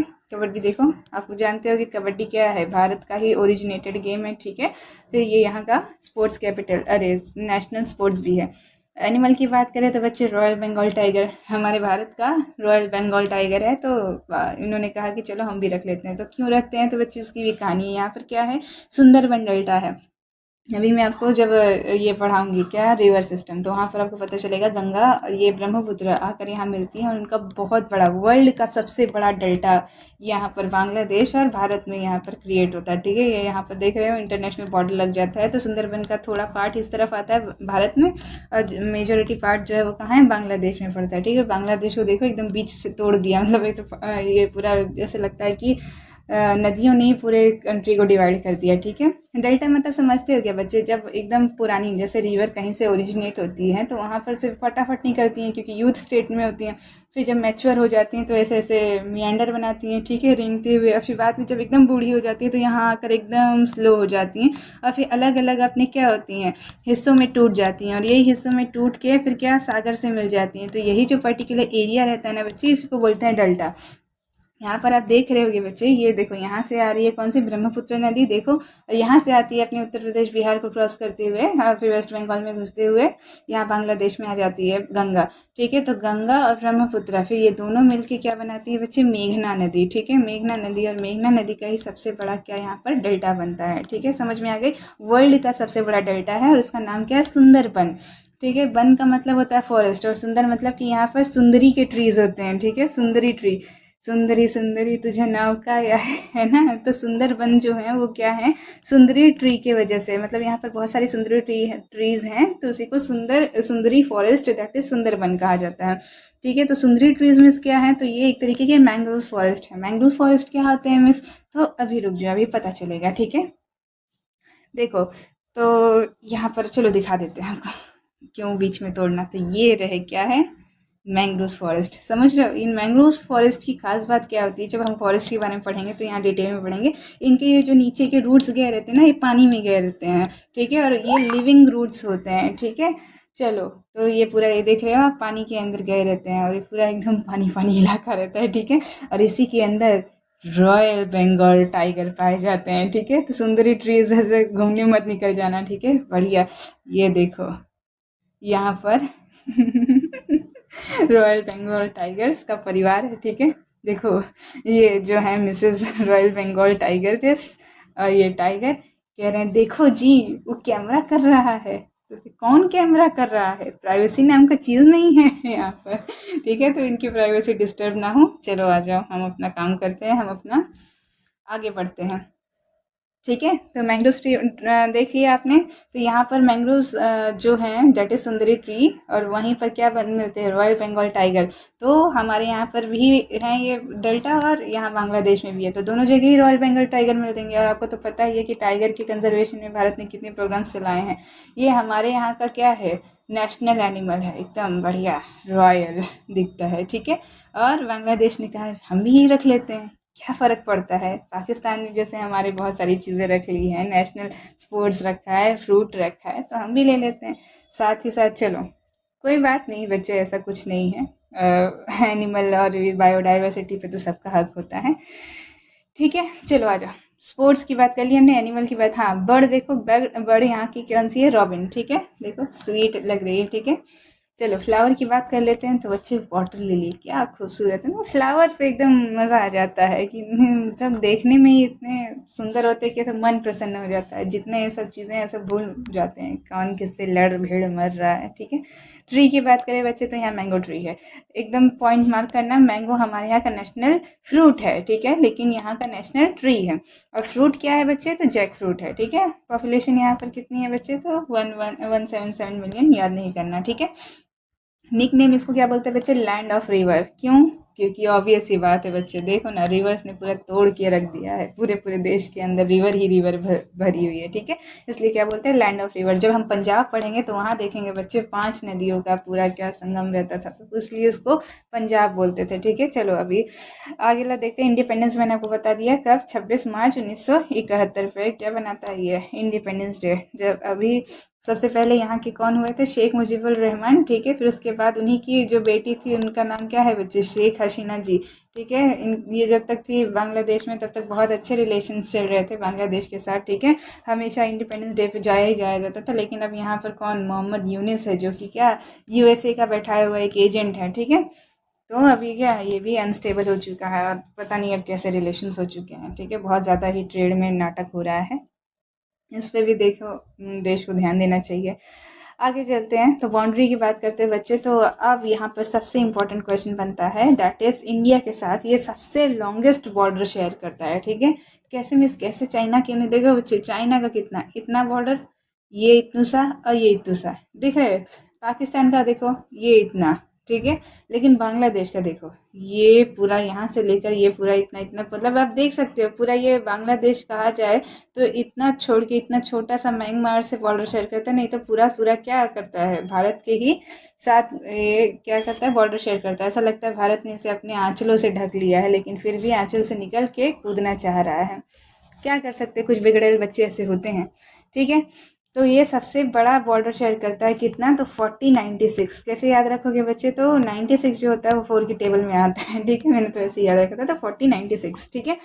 कितने कितने स्टेट से, तो बच्चे 5। तो कैसे याद रखोगे, त्वम, ठीक है, त्वम। तो त्वम कैसे, मतलब क्या है, देखो यहाँ पर ये, अगर मैंने आपको स्टेट दिखाया होता, दिखाया है क्या, एक मिनट, ये देखिए। तो ये मैंने आपके लिए महान भारत का महान मैप भी लाया है। तो अभी क्या होगा, इसमें से थोड़ा सा आपको समझने में आसानी होगी। पहले ही मुझे बता देना चाहिए था, लेकिन कोई बात नहीं, जब मैं अब ये पढ़ाऊंगी स्वदेश दर्शन तब तो मैं आपको ये पूरा रटा दूंगी, ठीक है। फिलहाल के लिए देखो, भूटान की बात की है तो चलो यहाँ सबकी ही बात कर लेते हैं। देखो अफगानिस्तान लग रहा है, तो अफगानिस्तान का देखो इतना चुकी बॉर्डर जो छोटा सा है, कितना 106 किलोमीटर, ये सिर्फ और सिर्फ लद्दाख से लगता है, ठीक है। पाकिस्तान का देखो तो ये लद्दाख से, फिर जम्मू कश्मीर से, तो आप कैसे भूल सकते हो, ठीक है। पंजाब से, फिर राजस्थान और गुजरात से, ठीक है। अभी मत चिंता करना, बस देखते चलो, मैं बाद में पूरा याद करवा दूंगी, ठीक है। चाइना का देखो तो चाइना का लद्दाख से लगता है, फिर हिमाचल प्रदेश और उत्तराखंड से, ठीक है, सिक्किम से, और फिर बाद में पूरा का पूरा अरुणाचल से, ठीक है। फिर नेपाल को मैंने याद कराया था बच्चे, उत्तराखंड, उत्तर प्रदेश, बिहार, फिर वेस्ट बंगाल और सिक्किम, ठीक है। भूटान को भी मैंने आपको याद कराया था, ठीक है, सुआ से, ठीक है। तो ये देखो सिक्किम, वेस्ट बंगाल, आसाम और अरुणाचल प्रदेश। और बांग्लादेश को देखो बच्चे, तो बांग्लादेश यहाँ पर देखो, ये क्या है, थोड़ा ब्लर लग रहा होगा। तो सबसे पहले बांग्लादेश तो वेस्ट बंगाल से शेयर ही करेगा, आपको पता है कि वहीं से टूट के बना है, ठीक है। फिर उसके बाद क्या आएगा, छोटा सा बॉर्डर ये अपना क्या, आसाम के साथ भी शेयर करेगा। फिर उसके बाद आसाम के नीचे आ जाता है मेघालय से शेयर करेगा, और फिर मेघालय के बाद यहाँ त्रिपुरा आ जाएगा। त्रिपुरा ही एक इकलौता स्टेट है जो कि तीनों साइड से क्या, बांग्लादेश से घिरा हुआ है, ठीक है। फिर उसके बाद मिजोरम से शेयर करेगा, और उसके बाद ये म्यांमार से शेयर करेगा। तो कैसे याद रखना है आपको, तो हम करके, ठीक है। अरे, तो हम याद रहेगा। तो टी से त्रिपुरा, डब्ल्यू से वेस्ट बंगाल, ए से असम, एम से मणिपुर, अरे मणिपुर बोल रहे हैं, एम से मेघालय और मिजोरम। मणिपुर आपको हमेशा क्या होगा, कन्फ्यूजन देगा, ठीक है। मणिपुर भी लिख देगा और त्रिपुरा और मिजोरम भी। तो याद रखना बच्चे कि बांग्लादेश में मनी नहीं है, ठीक है। याद रखना कि बांग्लादेश में मनी नहीं है, तो मणिपुर से नहीं शेयर करता ये, ठीक है। तो किससे शेयर करता है, मिजोरम एंड मेघालय से, ठीक है। याद रहेगा। चलो आ जाओ यहाँ पर, आ जाओ। ये हो गया हमारा बाउंड्री। बाउंड्री, अच्छा यहाँ पर कौन सी फोर्सेस होती हैं, तो बच्चे बीएसएफ फोर्सेस मैंने याद करो आपको बताया था कि हमारे यहाँ पर क्या होता है कि हर हमारे यहाँ पर जो भी इंटरनेशनल बॉर्डर लगता है वहाँ पर क्या होते हैं, कोई ना कोई सिक्योरिटी फोर्सेस होती हैं, ठीक है। तो जो पाकिस्तान से बॉर्डर लगता है उसके यहाँ पर मैंने आपको बताया था बीएसएफ फोर्सेस होती हैं। तो बच्चे पहले ये भी तो ईस्ट पाकिस्तान हुआ करता था, तो यहाँ पर भी जो फोर्सेस है उनका नाम क्या है, बीएसएफ ही है, ठीक है। जल्दी मुझे बताओ, नेपाल से कौन सी लगती हैं, तो एसएसबी, ठीक है। अच्छा, चाइना से कौन से लगती हैं, तो याद करो यहाँ पर तिब्बत है, इसलिए ITBP, Indo Tibetan border police forces, ठीक है। आसाम, और यहाँ पर अभी म्यांमार की बात करेंगे तो यहाँ पर असम राइफल्स लगती हैं, ठीक है। चलो आ जाओ, आगे बात करते हैं किसकी, यहाँ की हो गया ये सब, ठीक है। सिटीज़ की बात करते हैं। तो बच्चे अपने यहाँ पर ये देखो, ये इसका जो है क्या, कैपिटल ढाका एकदम बीच में पड़ता है। ढाका के बाद जो सबसे इम्पोर्टेंट सिटी है वो कौन सी, चिट्टागोंग। चिट्टागोंग क्यों, क्योंकि ये एक पोर्ट सिटी है बच्चे, और इसको क्या किया है चाइना ने डेप्थ, जैसे आपको याद करो मैं जब श्रीलंका पढ़ा रही थी तो मैंने कहा था वहाँ एक हम्बनटोटा फोर्ट है जिसको क्या किया चाइना ने लीज पे ले लिया 99 ईयर्स के लिए। तो वैसे ही चिट्टागोंग फोर्ट को भी चाइना ले गया है। क्यों, वही डेप्थ ट्रैप में फंसाता है, डेप्थ देता है, डेप्थ बोल रहे, डेप्थ ट्रैप में फंसाता है चाइना, और उसके बाद क्या करता है, लोन देता है, और जानबूझ के ऐसी लोन देगा जिसको ये देश क्या करे, रिकवर ना कर पाए, उसके बाद इस चीज़ को ले जाए, ठीक है। तो चिट्टागोंग कहाँ पर है, चलो आ जाओ। ये देखो जो मैंने आपको बताया था सबसे बड़ा प्रोविंस है चिट्टागोंग, और वहीं पर देखो चिट्टागोंग का पोर्ट भी है, ठीक है, बहुत इंपॉर्टेंट पोर्ट है जो चाइना के भी कंट्रोल में। चलो खुलना यहाँ पर एक इम्पॉर्टेंट है, ये यहाँ पर पड़ता है, देखो ये आ जाओ यहाँ दिखा दें, खुलना सिटी, ठीक है। ये क्या है, इंडस्ट्रियल इलाका है। क्या चीज़ होती है बच्चे, तो आपको भी बताऊंगी। जूट की यहाँ पर क्या होती है, बहुत ज़्यादा प्रोडक्शन होती है, अभी बात करते हैं। सिलहट, तो सिलहट पे यहाँ पर टी प्रोडक्शन बहुत ज़्यादा होती है, ठीक है। सिलहट मैंने ये देखो यहाँ पर, ये कहाँ है बच्चे, देखो शिलोंग, शिलोंग दैट इज़ मेघालय, यहाँ पर मेघालय पड़ता है। आपको पता होगा मेघालय नॉर्थ ईस्ट जो है वो टी प्रोडक्शन के लिए एकदम बाप है पूरे दुनिया में, ठीक है। तो यहाँ पर ही क्या करते हैं, यहाँ का ही पूरा टेम्परेचर यहाँ पर भी पड़ता होगा, क्योंकि क्लाइमेटिक कंडीशन तो बच्चे रीजनल ऐसे थोड़ी ना है कि बाउंड्री, इंटरनेशनल बाउंड्री के इस पार ये क्लाइमेट उस पार उस क्लाइमेट, ठीक है। तो यहाँ पर भी क्या होता है, टी प्रोडक्शन होता है, ठीक है, याद रहेगा। और यहाँ पर नारायणगंज जो है ये भी बहुत इंपॉर्टेंट सिटी है, ठीक है, यहाँ की। और तो बाकी अभी देखते हैं, ठीक है। अभी माउंटेन रेंजेस की बात करते हैं तो बच्चे यहाँ पर माउंटेन रेंज की तो बात ही मत करो, क्योंकि ये पूरा का पूरा देखो मैदानी क्षेत्र है। जब देखो जोग्राफिकल मैप में देखो तो ये पूरा आपको हरा दिख रहा है, दैट इज़ पूरा का पूरा यहाँ पर क्या है, एकदम फर्टाइल प्लेन लैंड है, ठीक है। जैसे यहाँ पर ऐसा क्यों, क्योंकि देखो इतनी बड़ी बड़ी नदियाँ, ब्रह्मपुत्र, यहाँ से पूरी क्या गंगा नदी निकलती है, और यहाँ से आती है कौन सी, मेघना रिवर, बराकर नदी जो है वो हमारे यहाँ से निकलती है मिजोरम से, अभी यहाँ पर आके मेघना उनका नाम पड़ता है। और फिर सारी नदियाँ आकर कहाँ मिलती हैं, इसी नदी में मिल जाती है, और फिर इसका नाम पूरा मेघना पड़ जाता है, ठीक है। तो यहाँ देखो कितनी सारी नदियाँ हैं और ये कहाँ से आ रही हैं, मतलब आपको समझ में आती है बात। देखो यहाँ से पूरी नदी निकल के यहाँ पर से यहाँ पर आके यहाँ पर मिल रही है, ये पूरी नदी यहाँ से ट्रैवल करके यहाँ, तो कितना अपने साथ सेडिमेंट्स लाई होंगी जो यहाँ पर डिपॉजिट कर रही है। तो सोचो ये कितना ज़्यादा फर्टाइल एरिया होगा। और तो और बच्चे आपको बताऊँ एक बात कि ये देखो हमारा जो महान हिमालय है वो यहाँ से शुरू होता है, पूरा यहाँ से यहाँ तक आता है, और यहाँ से क्या करता है, नीचे टर्न ले लेता है। और ये पर्टिकुलरली जो अंडमान निकोबार है ना, ये इसी हिमालयस के क्या है, एक्सटेंशन है, ठीक है। तो मालदा यहाँ पर देखेंगे तो यहाँ पर क्या हुआ है, बांग्लादेश के यहाँ पर क्या हुआ था कि एक फॉल्ट मतलब समझते हैं ना, गैप बन गया। तो गैप कैसे हुआ कि ये पूरे जितने पहाड़ है उस तरफ चले गए और इस तरफ आ गए, और ये बीच में पर्टिकुलर जो एरिया था ये धंस गया नीचे की तरफ, तो इसी को बोलते हैं बच्चे मालदा फॉल्ट, ठीक है। तो ये देखो मतलब पहाड़ भी जैसे वो कर रहे हैं कि हम नहीं यहाँ से जाएंगे लेकिन यहाँ से नहीं जाएंगे, ठीक है। तो ये क्या हो गया, नीचे धंस गया, तो ये प्लेन एरिया बन गया, और जब धंस गया तो सारी नदियाँ फिर यहीं पर आकर अपना डेल्टा बनाती है, और इसलिए बहुत प्लेन एरिया, बहुत फर्टाइल है, ठीक है। चलो आ जाओ। तो यहाँ पर क्या है, कोई ज़्यादा माउंटेन रेंज है नहीं, ठीक है। माल्टा फॉल्ट है, और चिटागोंग हिल मतलब छोटू सा एक आप बोल सकते हो चिटागोंग हिल, क्योंकि म्यांमार से बॉर्डर शेयर करते हैं। तो म्यांमार में अभी हम पढ़ेंगे आराकोमा जो है उसका थोड़ा सा एक्सटेंशन यहाँ पर चिटागोंग हिल में पड़ जाता है, ठीक है। रिवर की बात करें बच्चे तो रिवर तो बहुत इंपॉर्टेंट, यही 3 रिवर जो मैंने आपको बताया, गंगा, ब्रह्मपुत्र, दोनों मिलकर क्या बनती है, मेघना रिवर बनती है, और सबका वर्ल्ड का सबसे बड़ा डेल्टा क्रिएट करती हैं, दैट इज सुंदरबन, ठीक है। तो पूरी कहानी मैंने आपको बताई। और यहाँ पर सबसे इंपॉर्टेंट क्या होता है बच्चे, गंगा का नाम ये पद्मा बुलाते हैं, ठीक है। तो इंपॉर्टेंट क्वेश्चन बनेगा कि गंगा का नाम बांग्लादेश में क्या है, तो बांग्लादेश में उसको पद्मा रिवर बोलते हैं। और ब्रह्मपुत्र का जो नाम है वो जमुना पड़ जाता है, जमुना, याद रखना, जे से, जमुना रिवर, ठीक है। अभी आपको जब मैं पढ़ाऊंगी तो यमुना रिवर जो है वो अपने यहाँ पर आ जाओ। देखो ये क्या है बच्चे, यमुना रिवर जो है यहाँ उत्तराखंड से निकल के यहाँ पर आती है, और उत्तराखंड से में ही क्या गंगा रिवर आती है, ये दोनों आकर यहाँ पर मिल जाती हैं, कहाँ, प्रयागराज में, संगम में, ठीक है। फिर ये होते हुए यहाँ से बिहार क्रॉस करते हुए पूरा यहाँ जाती है बांग्लादेश में, और फिर यहाँ बांग्लादेश में इन गंगा का नाम क्या पड़ जाता है, पद्मा रिवर, ठीक है। और यहाँ से आती हैं ब्रह्मपुत्र रिवर पूरा चाइना क्रॉस करते हुए, फिर अरुणाचल से शार्प टर्न लेते हुए आसाम को 2 पार्ट में कट करते हुए जब बांग्लादेश पे एंटर करती है ब्रह्मपुत्र नदी, तो वहाँ पर उनका नाम हो जाता है जमुना, ठीक है। ये यमुना है जो यहाँ संगम में मिलती है, ये जमुना है जो यहाँ पर गंगा में मिलती हैं। फिर ये दोनों नदी मिलकर क्या बनती हैं, मेघना, और ये क्या करती हैं, दुनिया का सबसे बड़ा डेल्टा, हाँ मिस पता चल गया, जो कि सुंदरबन है वो क्रिएट करती हैं, ठीक है। बच्चे मेरे बार बार बोलने का यही इंटेंशन है, ताकि आपके दिमाग में सोते जागते ये सब चीज़ें भर उठे, ठीक है।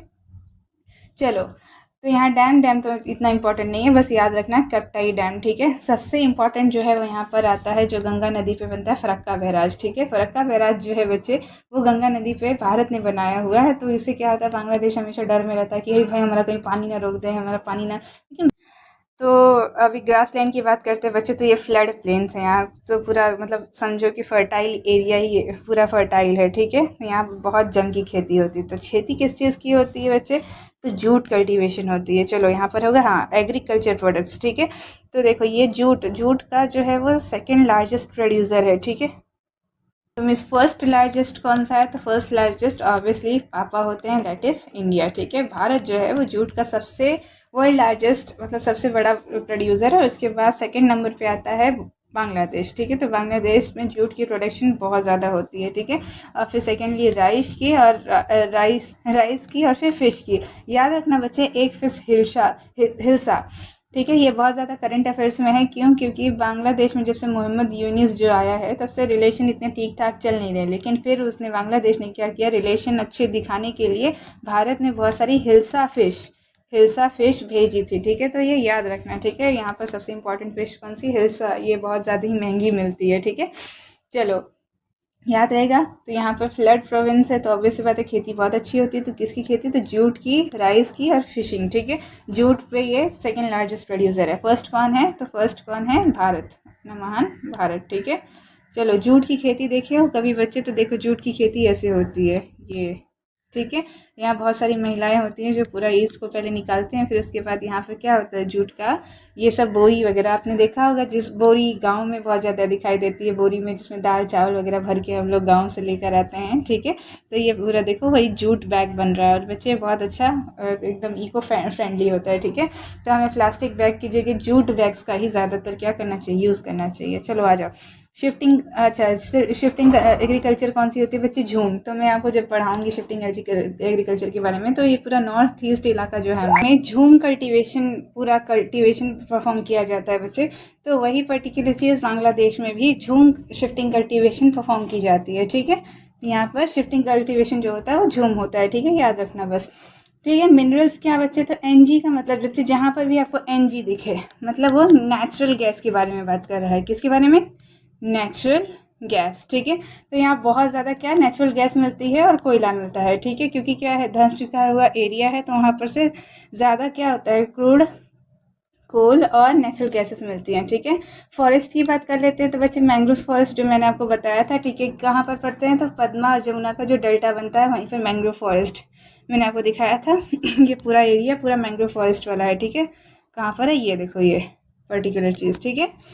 चलो आ जाओ, यहाँ पर आगे बढ़ते हैं। तो क्लाइमेट कौन सा है बच्चे, ट्रॉपिकल मानसून। तो बच्चे जितना भारत के इस तरफ वाला पूरा एरिया कहाँ है, यहाँ से पूरी जितनी भी साउथ वेस्ट मानसून विंड्स आती हैं, पूरी की पूरी इतनी पूरी एरिया में पड़ती हैं, बर्मा और ये सब पूरा कवर करती हैं, ठीक है। फिर ये क्या, नॉर्थ महान हिमालयन रेंज आ जाते हैं, तो वहाँ से फिर क्या होती है, ऊपर नहीं जाने पाती है, ठीक है। तो ये पूरा क्या है, साउथ वेस्टर्न मानसून। और यहाँ पर जो भी ये पूरा क्या है, ट्रॉपिक ऑफ कैंसर पे पड़ रहा है, ठीक है। देखो बांग्लादेश के बीच से ट्रॉपिक ऑफ कैंसर निकल रही है, तो ये पूरा का पूरा कैसा है, ट्रॉपिकल एरिया है। और ट्रॉपिकल एरिया मतलब यहाँ पर चमक कर पूरी धूप पड़ती है, ठीक है। तो अच्छी खेती भी होती है। चलो आ जाओ, विंड पता हो चल गया, क्लाइमेट हो गया, ठीक है। चलो सी की बात करते हैं, तो बच्चे आपको पता है कि पूरा यहाँ पर डेल्टा क्रिएट करता है। तो जो डेल्टा होता है वो कहाँ पर पड़ता है, ये देखो यहाँ पर, यहाँ से आ रही है गंगा, दैट इज़ फिर पद्मा बन जाएंगी। यहाँ से आ रही है ब्रह्मपुत्र, जो कि जमुना पड़ जाएंगे, दोनों आकर मेघना बन जाएंगे, और ये पूरी की पूरी कहाँ डेल्टा बनाएंगी, और फिर बे ऑफ बंगाल में जाकर मिल जाएंगी, उसके बाद इंडियन ओशन से, ठीक है। तो ये आप देख रहे होगे, इतना बड़ा सी का मतलब कि सी कोस्ट जो है वो बांग्लादेश का लगता है किसके साथ, बे ऑफ बंगाल के साथ। तो ट्रेड इनका अच्छा हो सकता है, ठीक है। लेकिन चिट्टागोंग पोर्ट जो इनका मेन पोर्ट था, उसको किसने ले लिया है, चाइना ने। आइलैंड की बात करते हैं बच्चे, तो इनके पास 3 आइलैंड देखो, भोला आइलैंड और सेंट मैरियानास आइलैंड। देखो यहाँ पर सेंट मरियाना आइलैंड कहाँ है, ये है, ठीक है। और ये देखो जो पर्टिकुलर यहाँ पर एक पहले क्या हुआ था, मूरे आइलैंड हुआ करता था, ठीक है। तो मूरे आइलैंड में बांग्लादेश और भारत के बीच में विवाद था, ठीक है। वो पर्टिकुलर कोई तो चीज़ कैसा लग रहा था कि भारत क्लेम करता था कि वो आइलैंड मेरा है, और इनका तो क्लेम करना था भाई कि उनका है। लेकिन फिर क्या हुआ, आइलैंड ही डूब गया। कहा मैं फसाद का कारण हूँ, तो मैं ही डूब जाता हूँ। तो अब वो आइलैंड है नहीं, ठीक है। तो अब याद रखना कि मूरे आइलैंड, न्यू मूरे उसका नाम था, वो हुआ करता था, ठीक है। ट्राइब्स की बात करें बच्चे, तो वेरी वेरी वेरी इंपॉर्टेंट यहाँ की चकमा ट्राइब, ठीक है। बहुत इंपॉर्टेंट क्वेश्चन बनता है बच्चे कि चकमा ट्राइब जो है, चकमा ट्राइब वो कहाँ की है, तो वो बांग्लादेश की है। कैसे याद रखोगे, तो बच्चे मुक्ति वाहिनी ने क्या किया था, पाकिस्तान को चकमा दिया था, ठीक है। तो इसलिए याद रखो कि चकमा ट्राइब यहाँ पर है, ठीक है। ट्रिक्स के लिए बच्चे कोई ऑफेंस नहीं लेगा, ट्रिक बस याद करने के लिए होती है। आपके पास कोई अच्छी ट्रिक है तो वो याद रखो, नहीं तो कोई बात नहीं, डायरेक्ट याद होता है तो वेल एंड गुड, ठीक है। तो चकमा की बहन मरमा ट्राइब, ठीक है, और त्रिपुरा ट्राइब और म्रो ट्राइब। त्रिपुरा ट्राइब क्यों बच्चे, तो आपको पता होगा कि हमारा जो त्रिपुरा है वो यहीं से लगता है, ठीक है। त्रिपुरा, ये देखो, ये त्रिपुरा हमारा यहीं से बांग्लादेश से ही लगता है, तो यहाँ पर त्रिपुरा ट्राइब भी होती है, ठीक है। ये देखो चकमा ट्राइब यही है, ठीक है। इनका अटायर देखो अच्छा है ना। चलो तो ये पूरी हो गई ज्योग्राफिकल और ये सभी बातें। देखते हैं तो बच्चे यहाँ बांग्लादेश में बीमस्टेक का इंटरनेशनल हेडक्वार्टर, ठीक है। बीमस्टेक क्या है, जैसे यूएन है, जैसे सार्क है, ठीक है। अच्छा, सार्क का हेडक्वार्टर काठमांडू था, मैंने बताया नहीं ना। ओ तो बच्चे याद रखो, एक बात डिनोट कर लो कि नेपाल की जो कैपिटल थी, याद करो, काठमांडू। तो वहाँ पर क्या है बच्चे, सार्क का हेडक्वार्टर है, ठीक है। सार्क का हेडक्वार्टर है, वहाँ पर लिख लेना, मैंने लिखा नहीं था, ठीक है। और जो बीमस्टेक है बच्चे, वैसे ही जैसे सार्क है वैसे ही बच्चे बीमस्टेक है। बीमस्टेक क्या है बच्चे, तो ये बे ऑफ बंगाल इनिशिएटिव है, ठीक है। तो इसका हेडक्वार्टर कहाँ पर है बच्चे, तो ढाका में, याद रखोगे। तो क्या याद रखना है बच्चे कि बीमस्टेक का हेडक्वार्टर ढाका में है और सार्क का हेडक्वार्टर कहाँ है, काठमांडू में, ठीक है। और जब कोलंबो हमने पढ़ा था, कोलंबो बताओ कहाँ की कमर्शियल कैपिटल है, तो बच्चे श्रीलंका की है। कोलंबो में एशियन क्रिकेट काउंसिल का क्या है, हेडक्वार्टर है, ठीक है। हम ये चिंता ज़्यादा मत करो, ये तो मैंने यहाँ लिख दिया है। बाद में हम क्या करेंगे, इंटरनेशनल हेडक्वार्टर के बारे में पढ़ेंगे, तो वहाँ अच्छे से हर चीज़ पढ़ेंगे, कहाँ पर हेडक्वार्टर है, कब बनाया गया था, मीटिंग कहाँ हुई थी, कितने मेंबर्स हैं, सब कुछ डिटेल में, ठीक है। यहाँ देखो इंटरनेशनल ऑर्गेनाइजेशन का किसका मेंबर है ये, तो ये सार्क का मेंबर है और बीमस्टेक का भी। बीमस्टेक बच्चे देखो, मैं यहाँ इसे शॉर्ट में बता देती हूँ। ये जो बे ऑफ बंगाल है ना, ये इसको टच करते हुए जितने भी कंट्री है ना, उन सबका एक है ना ग्रुप बना हुआ है, उसी ग्रुप का नाम क्या है, बीमस्टेक, ठीक है। तो कौन कौन आता है उसमें, तो श्रीलंका तो आएगा ही आएगा, भारत आएगा, फिर उसके बाद बांग्लादेश आएगा, बर्मा मतलब दैट इज म्यांमार, और ये थाईलैंड भी आएगा इसमें, ठीक है। और साथ में नेपाल और भूटान को भी क्या किया, इसमें ऐड कर लिया है। बहरहाल इनका बॉर्डर टच नहीं होता, लेकिन इनका भी व्यापार क्या होता है, यहीं से होता है, तो इसलिए इनको भी क्या कर लिया, इसमें इंक्लूड कर लिया है, ठीक है। आप इसके है ना बीमस्टेक के इसे फुल फॉर्म से भी याद रख सकते हो, Bangladesh, India, Myanmar, Sri Lanka, Thailand, और ये आप बाकी इन दोनों की जगह पे क्या याद रख सकते हो, नेपाल और भूटान, ठीक है। मैं ये मालदीव्स का नहीं बचे, तो मालदीव्स का बॉर्डर इससे नहीं शेयर होता है। मालदीव्स पूरा अरेबियन सी या फिर इंडियन महासागर में होता है, ठीक है। तो याद रखोगे। तो ये सार्क का हेडक्वार्टर है, क्यों, क्योंकि ये तो क्या इंडियन सब कॉन्टिनेंट में पड़ता है, और बीमस्टेक का भी ये क्या है, मेंबर है, ठीक है। यूनेस्को साइट्स की बात कर लेते हैं बच्चे, तो यहाँ 3 है, ठीक है। एक तो सुंदरबन मैंग्रोव फॉरेस्ट, जो कि वर्ल्ड का सबसे लार्जेस्ट डेल्टा है, ठीक है, वो क्या है यहाँ पर, उसको हमने क्या यूनेस्को में घोषित किया है। तो बच्चे हमारे भारत में भी जो सुंदरबन है वो भी यूनेस्को में शामिल है, और जो बांग्लादेश का है सुंदरबन, वो भी यूनेस्को में है, ठीक है। मॉस्क सिटी ऑफ बरेगहाट, ठीक है। तो ये देखो बरेगहाट की मॉस्क सिटी, ये जो दिख रही है आपको, ये पर्टिकुलर चीज़, ठीक है। और रुइंस ऑफ पहाड़नपुर, ठीक है, सोमपुरा महावीरा। तो ये आप देख रहे हो बच्चे, ये सोमपुरा महावीरा है। तो यहाँ पर भी पहले क्या हुआ करता था, जैन, ठीक है। महावीर जो है वो जैन रिलीजन से रिलेटेड है, तो जैन रिलीजन की भी यहाँ पर मोनेस्ट्री हुआ करती थी, ठीक है। तो उसका भी ये पर्टिकुलर क्या है, रुइन मतलब समझते हो, मतलब अब नहीं रहा, मतलब जैसे वो गिर जाता है सारी चीज़ें, तो उसका जो रिमेन्स बचता है उसी को रूइन बोलते हैं, ठीक है। ये भी यूनेस्को के साइट में शामिल है, ठीक है। टूरिस्ट के लिए यहाँ पर सबसे इंपॉर्टेंट बच्चे कॉक्स बाज़ार, ठीक है। ये नाम से लगता है कि बाज़ार है, लेकिन आपको इसको बताऊँ, देखो ये देखो बाज़ार, मतलब ये जो है ना, ये वर्ल्ड्स का लॉन्गेस्ट नेचुरल सी बीच है, मतलब जो वर्ल्ड में इतना बड़ा लंबा सी बीच और कहीं पर भी नहीं है, ठीक है।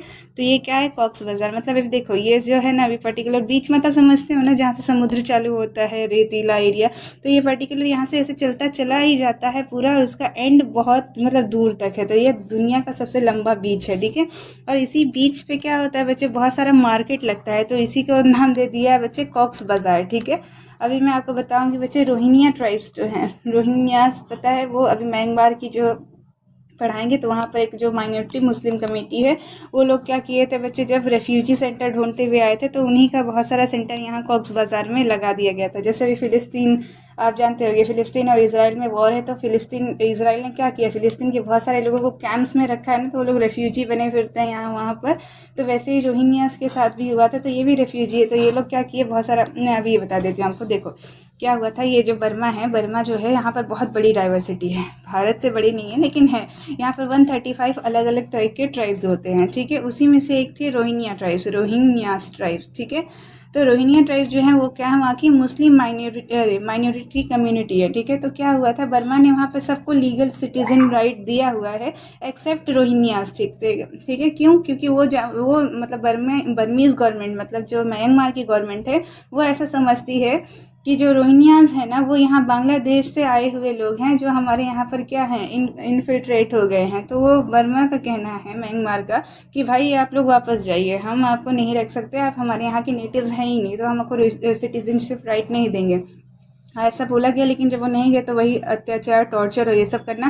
फिर बहुत सारे लोगों ने क्या किया, मास में यहाँ पर क्या पलायन करना चालू किया बांग्लादेश में, ठीक है। तो बांग्लादेश में भाई इतने सारे लोगों को कहाँ रखा जाए, तो यहीं कॉक्स बाज़ार में बहुत सारे रेफ्यूजी कैंप बनाए गए थे, ठीक है। और वहीं से क्या होता है बच्चे, बांग्लादेश से पूरे भारत के भी बॉर्डर लगता है, तो वहाँ पर भी बहुत सारे लोग क्या आ जाते हैं, इनफिल्ट्रेट हो जाते हैं। तो उससे क्या है, ये भी एक तरीके का क्राइसिस ही है, ठीक है।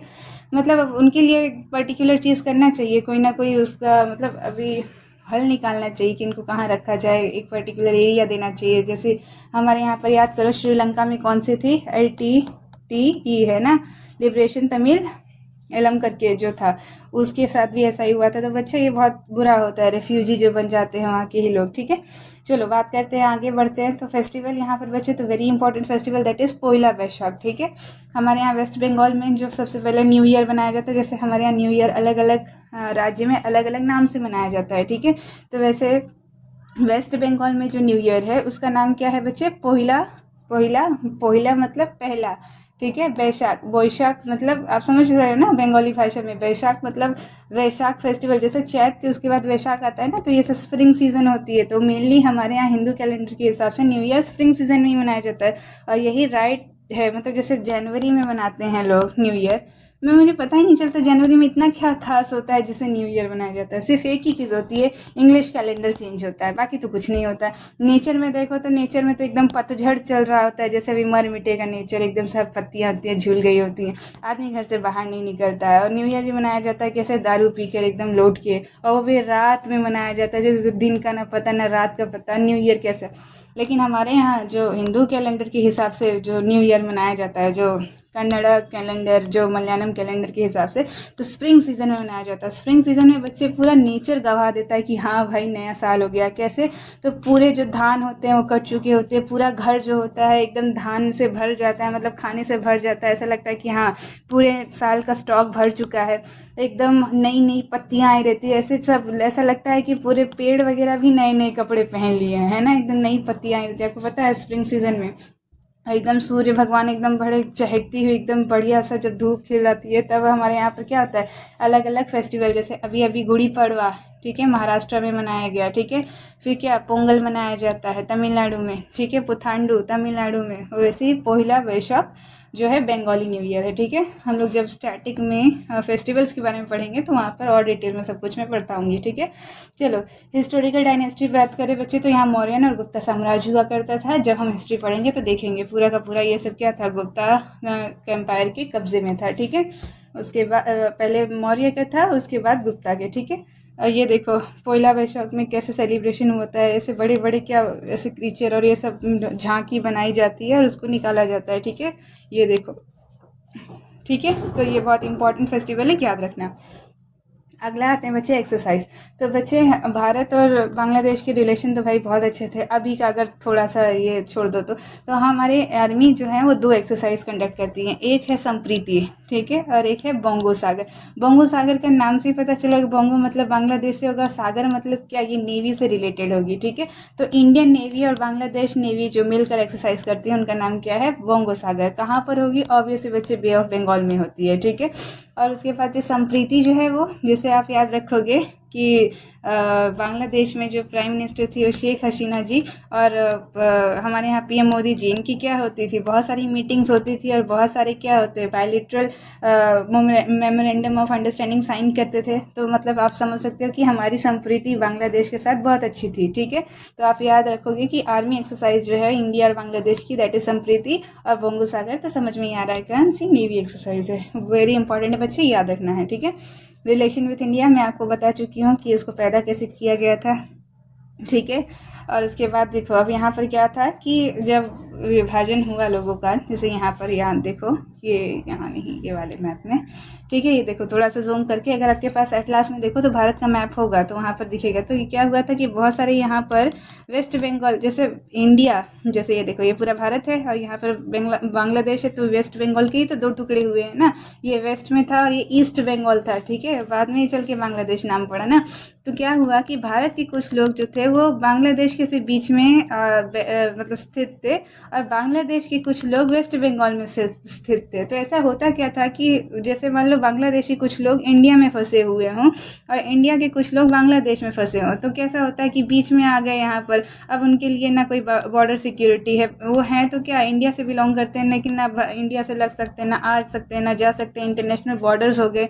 तो मतलब ये बहुत मजबूरी का सिचुएशन था। और यहीं पर यहाँ बांग्लादेशी जो लोग थे उनके लिए भी था, वो भी एक तरीके से इंटरनेशनल बाउंड्रीज में थे, वो ना बांग्लादेश में आ सकते ना जा सकते, ना उनके लिए कोई सुविधा।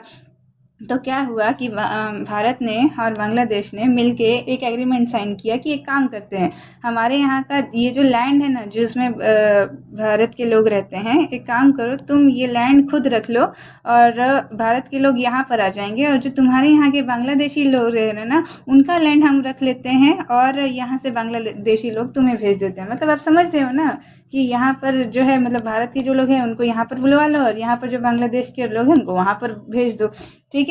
तो इसी पर्टिकुलर, और ये कितनी अच्छी बात थी ना कि मतलब लैंड, तो यहाँ पर इसी को बोलते हैं बच्चे लैंड बॉर्डर एग्रीमेंट, ठीक है। तो ये लैंड बॉर्डर एग्रीमेंट बहुत इंपॉर्टेंट बच्चे पॉलिटी में और ज़्यादा इंपॉर्टेंट बन जाता है।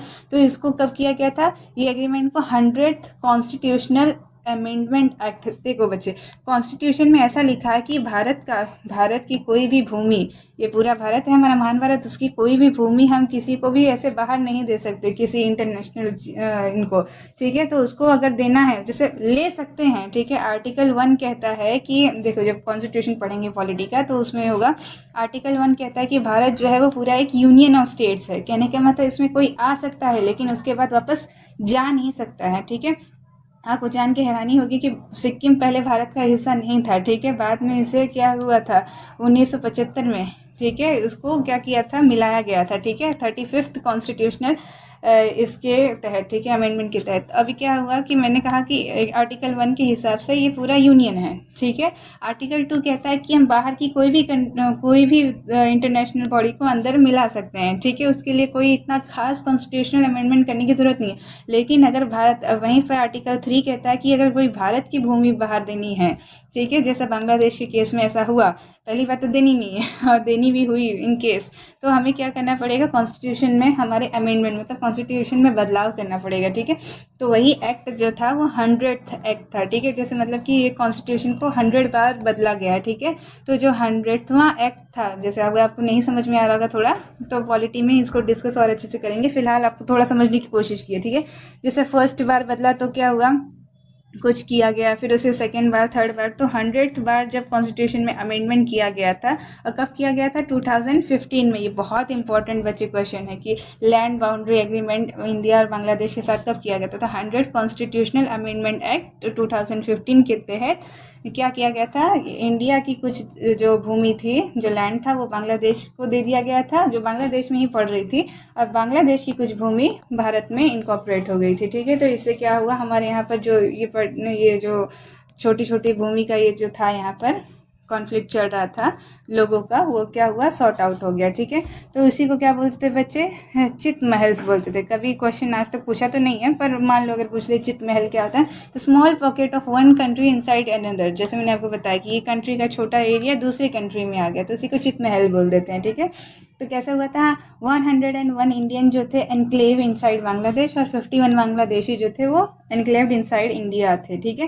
तो एग्रीमेंट किया गया कि ओरिजिनली कब किया गया था एग्रीमेंट, 1974 में किया गया था, जब हमारे यहाँ की प्रधानमंत्री इंदिरा गांधी थी और शेख मुजीबुर रहमान वहाँ के थे, ठीक है। लेकिन इसको लागू कब कर दिया गया, final implementation 2015 100th constitutional amendment act किसके बीच में हुआ था, नरेंद्र मोदी जी के बीच में और शेख हसीना के बीच में, ठीक है। समझ में आ गए बच्चे, ये बहुत इंपॉर्टेंट क्वेश्चन है, ठीक है। अगला देखो, तो ये हो गया एक, तो इसका लिबरेशन वाला बहुत इंपॉर्टेंट, दूसरा ये लैंड बाउंड्री एग्रीमेंट, और तीसरा जो है वो Ganga water authority, that is Farakka barrage, ठीक है। कहाँ बनी है? हुगली पे बनी है। तो बच्चे देखो यहाँ पर क्या है, यहाँ से गंगा नदी निकलती है, ठीक है। लेकिन ये बांग्लादेश में एंटर करने से पहले क्या होता है, यहाँ पर एक डिस्ट्रीब्यूटरी निकल जाती है इसकी, मतलब देखो ट्रिब्यूटरी मतलब जो आकर यहाँ पर जुड़ रही हो एक बड़ी रिवर में, लेकिन एक छोटी नदी जो एक रिवर से निकल रही हो उसे डिस्ट्रीब्यूटरी बोलते हैं, ठीक है। तो हुगली हुगली जो है वो एकमात्र गंगा की क्या है, डिस्ट्रीब्यूटरी, जो यहाँ कोलकाता से पास होती है, ठीक है। तो यहाँ पर क्या है, इसी हुगली रिवर पे क्या है, बांध लगा, अरे एक ये क्या हुआ, बांध बनाया गया है जिसका नाम क्या है, फरक्का बैराज, ठीक है। तो फरक्का बैराज जो है वो हुगली नदी पे है। और क्या होता है बच्चे, वहाँ पर गंगा जी का जो पानी है वो बांग्लादेश में जाने के लिए कंट्रोल किया जाता है। समझ में आ रही है बच्चे बात? तो यहाँ पर ही था, ये ट्रीटी कब हुई थी, 1996 में। तो इसमें ऐसा था कि जितना पानी जो रहेगा बांग्लादेश को भारत छोड़ेगा एग्रीकल्चर के लिए, और ये पर्टिकुलर बांध बनाया गया था, ठीक है। तो क्या होता था कि वहाँ पर बहुत तेज़ी से बाढ़ आ जाती थी, और यहाँ पर बहुत सारा कचरा, जैसे आपको कैसे बताऊँ, डेब्री वगैरह होता है ना, बहुत सारा ऐसे एल्गे वगैरह का, तो वो फंस जाता था। तो वो बांध बनाने से बड़ी फ़ायदा हो गई, ठीक है। अचानक से पानी छोड़ते तो पूरा कचरा निकल के बाहर आ जाता है बे ऑफ बंगाल में, ठीक है। तो वो बना था। तो ये कहाँ है, ये याद रखना बच्चे, फरक्का बैराज की ट्रीटी जो है वो कब साइन की गई थी, 1996 में। और अभी इसको 20 साल पूरे हो चुके हैं। अब इसे रिन्यू करना है, ठीक है। किसके बीच में है, बांग्लादेश और इंडिया के बीच में, ठीक है। ये थोड़ा बहुत है बच्चे, मैत्री थर्मल पावर प्लांट जो है भारत ने बनाया था। भारत भी चाहता था कि एकदम, मतलब देखो क्या था, छोटे देश हैं हमारे आजू बाजू में है पड़ोसी, India neighbour policy first, India neighbour first policy India follow करता है, ठीक है। तो क्या होता है, हर जगह डेवलपमेंट करना इंडिया अपने धर्म समझता है, लेकिन लोग तो अलग ही कुछ समझने लगते हैं, ठीक है।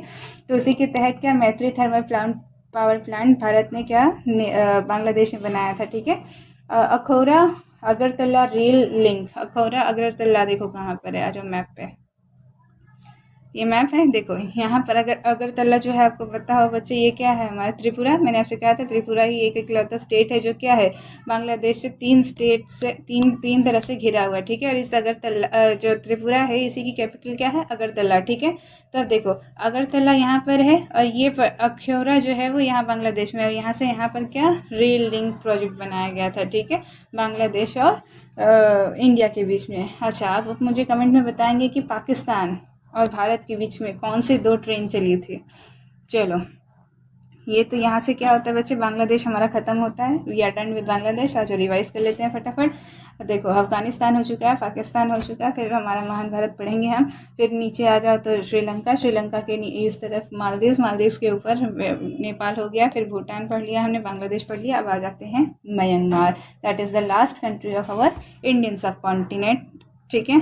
चलो आ जाओ, म्यांमार के बारे में बात कर लेते हैं। पानी वगैरह पीते रहा करो बच्चे, नहीं तो सारा ऐसा दर्द होगा, पढ़ने के लायक नहीं बचोगे।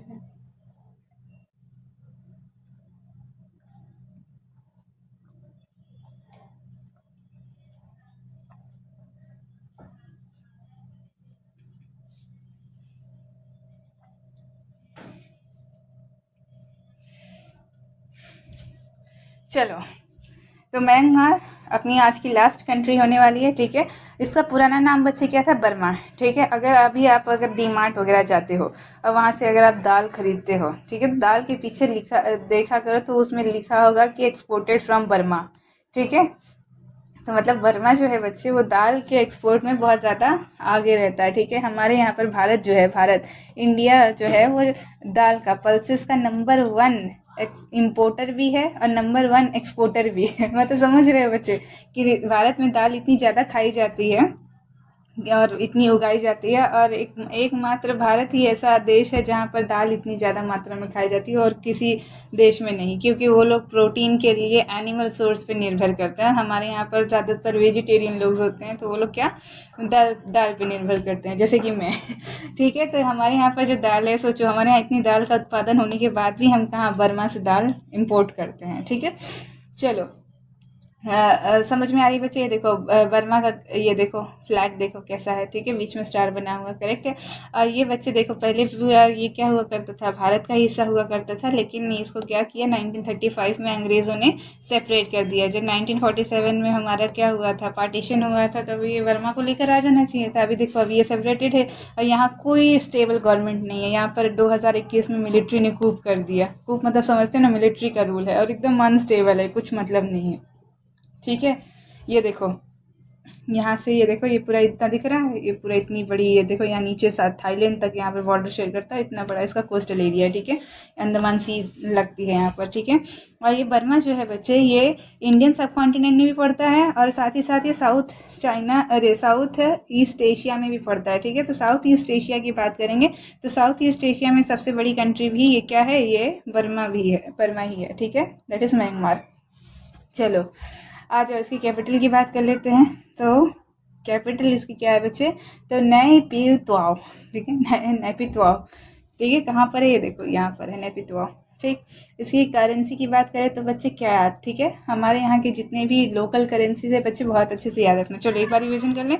पाकिस्तान का बताओ रुपीज़, अफगानिस्तान का बताओ अफगान, ठीक है। भारत का तो रुपीज़ पता ही है। श्रीलंका का बताओ श्रीलंकन रुपीज़। मालदीव्स का बताओ, चलो चलो मालदीव्स का रुपया, वेरी गुड।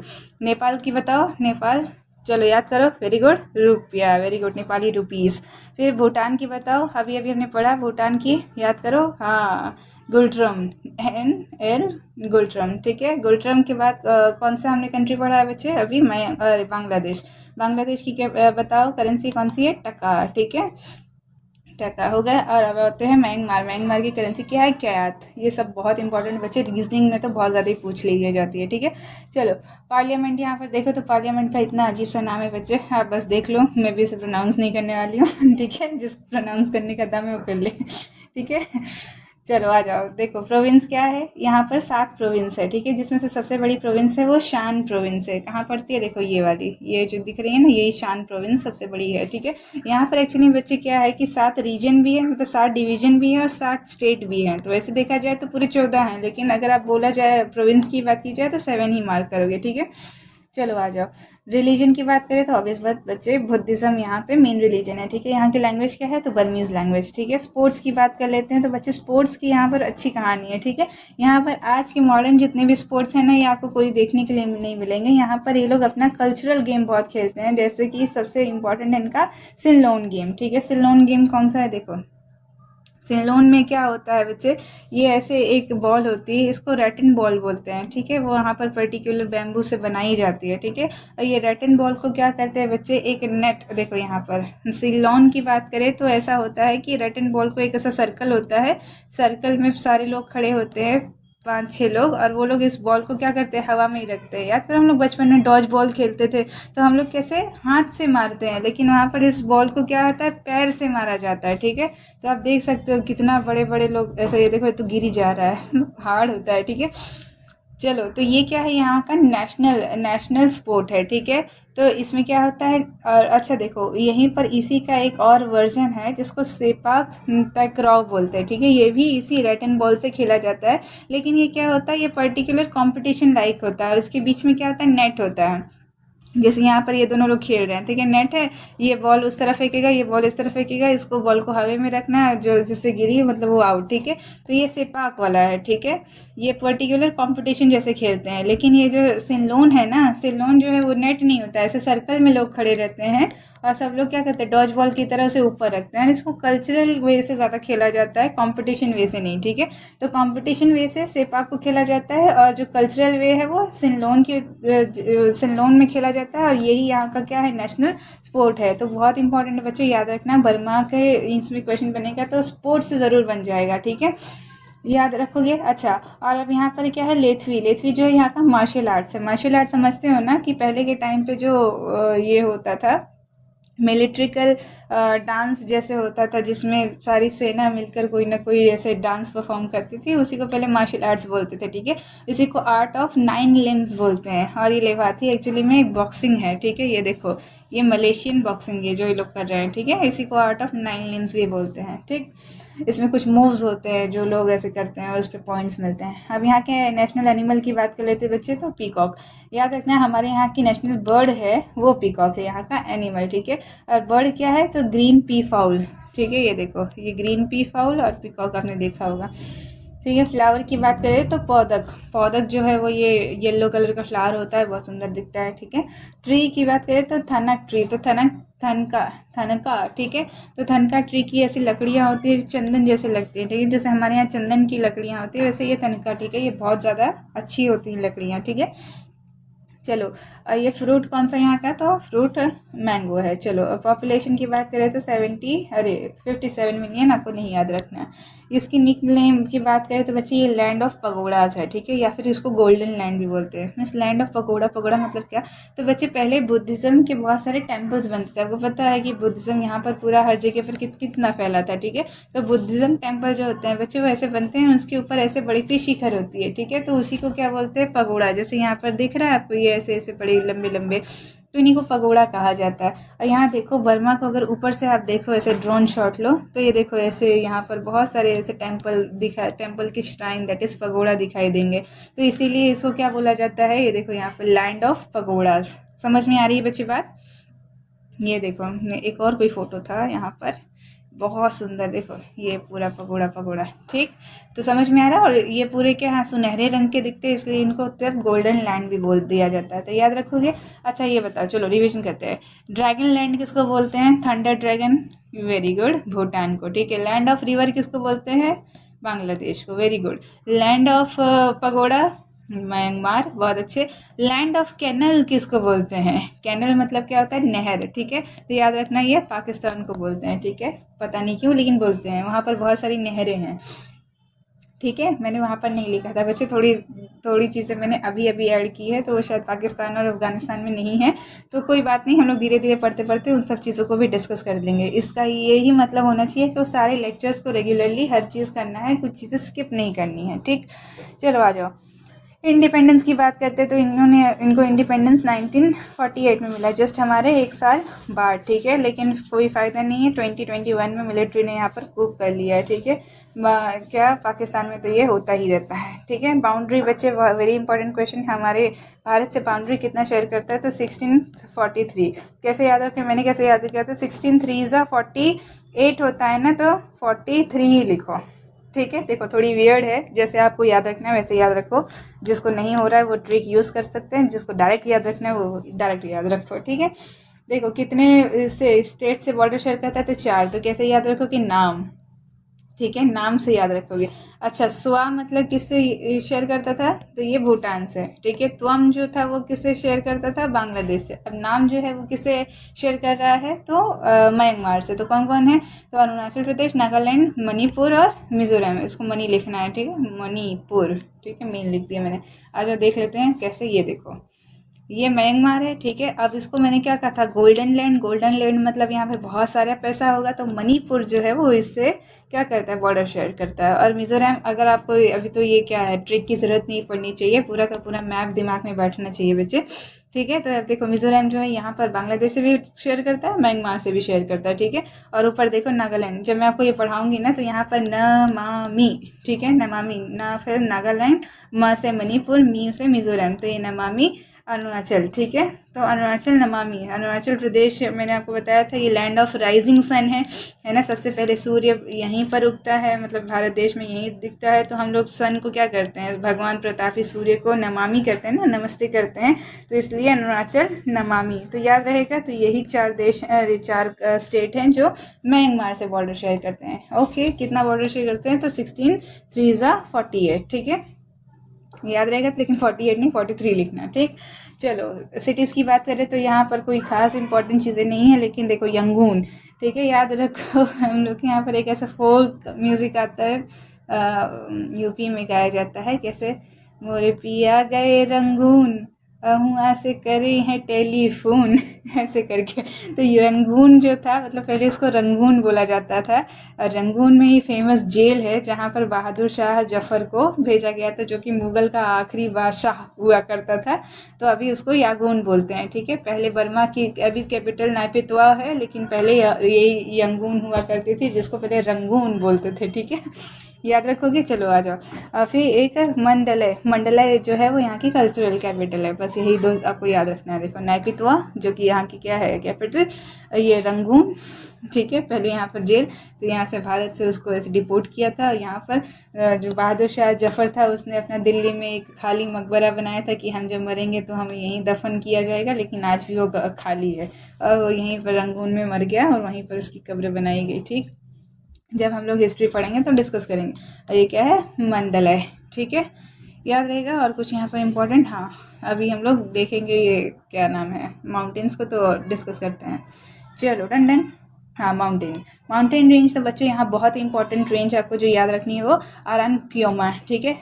अरकान योमा, ठीक है। ये क्या है, ईस्टर्न हिमालयस बोला जाता है, या फिर म्यांमारी भाषा में क्या बोला जाता है, हैंगडोंग, ठीक है। ईस्टर्न हिमालयस हमारे यहाँ से जब मैं आपको ये बताऊंगी ग्रेट हिमालय, तो हिमालय तो ये पूरे इसमें बोला जाता है। लेकिन जब ये नॉर्थ ईस्ट में आता है तो यहाँ से टर्न ले लेता है ना, तो ये बर्मा और इंडिया का बॉर्डर शेयर करते करते नीचे तक अंडमान और निकोबार तक जाता है, ठीक है। तो यही जो ये पर्टिकुलर इतना रेंज है, इसी को पूर्वोत्तर हिमालय बोल देते हैं, ठीक है। पूर्वोत्तर दैट इज ईस्टर्न हिमालयस।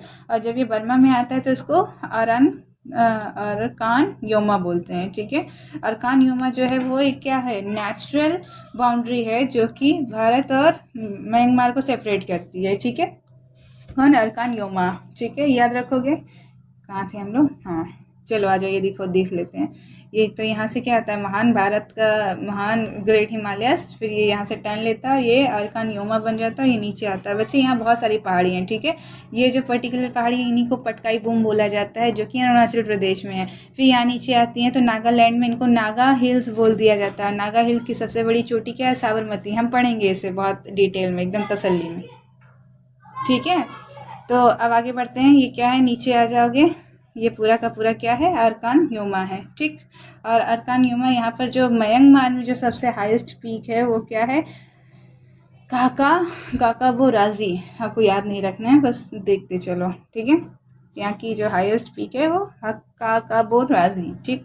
और टेनिसन रिम हिल्स, यहाँ छोटी पहाड़ियाँ हैं, पटकाई रेंज जो कि अरुणाचल प्रदेश से लग के ही क्या म्यांमार में आती है, ठीक है। वॉल्केनो याद करें, जब मैंने वॉल्केनो पढ़ाया था तो मैंने एक्सटिंक्ट कैटेगरी में आपको बताया था कि म्यांमार में एक वॉल्केनो है जिसका नाम माउंट पोपा है, एक्सटिंक्ट हो चुका है। तो ये देखो ये है यहाँ पर माउंट पोपा, ठीक है। ये नायपितवा से थोड़ा ही आगे है माउंट पोपा, याद रहेगा। यहाँ पर एक लौता वॉल्केनो है, ठीक। बाकी जितना हम अभी तक हम लोग पढ़ते आ रहे थे वहाँ कहीं पर भी वॉल्केनो हमें नहीं मिला था, ठीक है। लेकिन अब यहाँ पर म्यांमार में भी एक वॉल्केनो है, दैट इज़ माउंट पोपा। और वो कैसा, एक्सटिंक्ट है, ठीक, मतलब मर चुका है, कोई उसमें से आगे फर्दर वॉल्केनिक इरप्शन हो नहीं सकते। अगर आपने नहीं पढ़ा है तो वॉल्केनो वाला चैप्टर पढ़ कर आइए, ठीक है। रिवर्स की बात कर लेते हैं बच्चे, तो यहाँ पर इरावदी रिवर जो है वो सबसे लंबी रिवर है और यहाँ म्यांमार की लाइफ लाइन है। जैसे हमारी लाइफ लाइन गंगा रिवर है, वैसे ही म्यांमार की लाइफ लाइन इरावदी रिवर है। और याद रखना चिड़विन जो है वो इनकी ही क्या है, ट्रिब्यूटरी है, ठीक है। और दूसरी ये इरावदी सबसे इम्पॉर्टेंट, और इसकी ये ट्रिब्यूटरी चिड़विन बहुत इंपॉर्टेंट। जैसे हमारे यहाँ गंगा और उनकी ट्रिब्यूटरी यमुना, वैसे ही इरावदी और उनकी ट्रिब्यूटरी चिड़विन, ठीक है। लाइफ लाइन ऑफ म्यांमार पूछे तो कौन है, इरावदी। और दूसरी जो इम्पोर्टेंट नदी है वो सैल्विन है, ठीक है। चलो आ जाओ मैप में देख लेते हैं। ये देखो ये क्या है अपनी, यहाँ से निकलती है, देखो रुको जूम करने पे देखो ये दिख रहा है, ये जो पर्टिकुलर रिवर है यही चिड़विन रिवर है। और यहाँ से निकल रही है बच्चे हमारी कौन सी, ये यहाँ देखो एक्चुअली में ये यहाँ पर से नहीं, ये तिब्बत के पठार से निकलती है, ऊपर से निकलती है। कौन सी नदी, इरावदी नदी, ठीक है। और इरावदी नदी यहाँ से निकलते हुए ये नीचे आती है और यहाँ पर आके चिड़विन इससे मिलती है और फिर यहाँ से निकलती है और ये पूरा आके कहाँ पर, अंडमान सी में निकल जाती है, ठीक है। यहाँ पर देखो अंडमान निकोबार आइलैंड है तो यही अंडमान सी बनेगा, ठीक। और ये अपनी दूसरी नदी जो मैंने बताया आपको, सैल्विन नदी, it is also very important नदी ऑफ दिस म्यांमार, ठीक है। और ये कौन सी नदी है बच्चे, तो ये अपने यहाँ की कालादान, ठीक है, कालादान नदी है जो कि कहाँ से, मिज़ोरम से निकलती है और यहाँ पर म्यांमार में जाती है। ये अभी हम देखेंगे कालादान मल्टी मॉडल प्रोजेक्ट जो है वो भारत के द्वारा चालू किया गया है, ठीक है। और ये देखो ये क्या है, ये सितवे पोर्ट है जो कि भारत ने डेवलप किया है और म्यांमार में है। अच्छा ये बताओ और कौन सा एक पोर्ट है जो ईरान में है और भारत ने डेवलप किया है, उसको ग्वादर पोर्ट को काउंटर करने के लिए। ग्वादर पोर्ट कहाँ पर है, पाकिस्तान में, जिसको चाइना ने डेवलप किया और वहीं से अपनी CPEC road, China economic corridor निकाल रहा है, ठीक है। China Pakistan economic corridor CPEC road निकाल रहा है, ठीक है। देखो मैं यहाँ से दिखा देती हूँ, ये देखो चाइना इकोनॉमिक पाकिस्तान कॉरिडोर, और ये क्या ग्वादर पोर्ट में यहाँ पर देखो, यहाँ ग्वादर पोर्ट तक आता है। और ये जो है ना बच्चे, यहाँ पर हमारे पाक ऑक्यूपाइड कश्मीर से होते हुए उसको ले जा रहा है। तो यहाँ पर भारत ने इसमें क्या किया, रेस्ट्रिक्शन लगाया है कि भाई तुम हमारे एरिया से नहीं ले जा सकते, ये डिस्प्यूटेड एरिया है। और पाकिस्तान कहता है ये कौन सी डिस्प्यूटेड है, सब हमारा ही है, समझ रहे हो। मतलब अब क्या कर सकते हैं, कोई कुछ भी उठाकर बोल देता है। और चाइना को भी देखो लेकर जा रहा है ग्वादर पोर्ट। तो याद करो यहीं पर था वो कौन सा, चाबहार पोर्ट, ठीक है। चलो आ जाओ। और ये यहाँ पर म्यांमार में सितवे पोर्ट, ठीक है।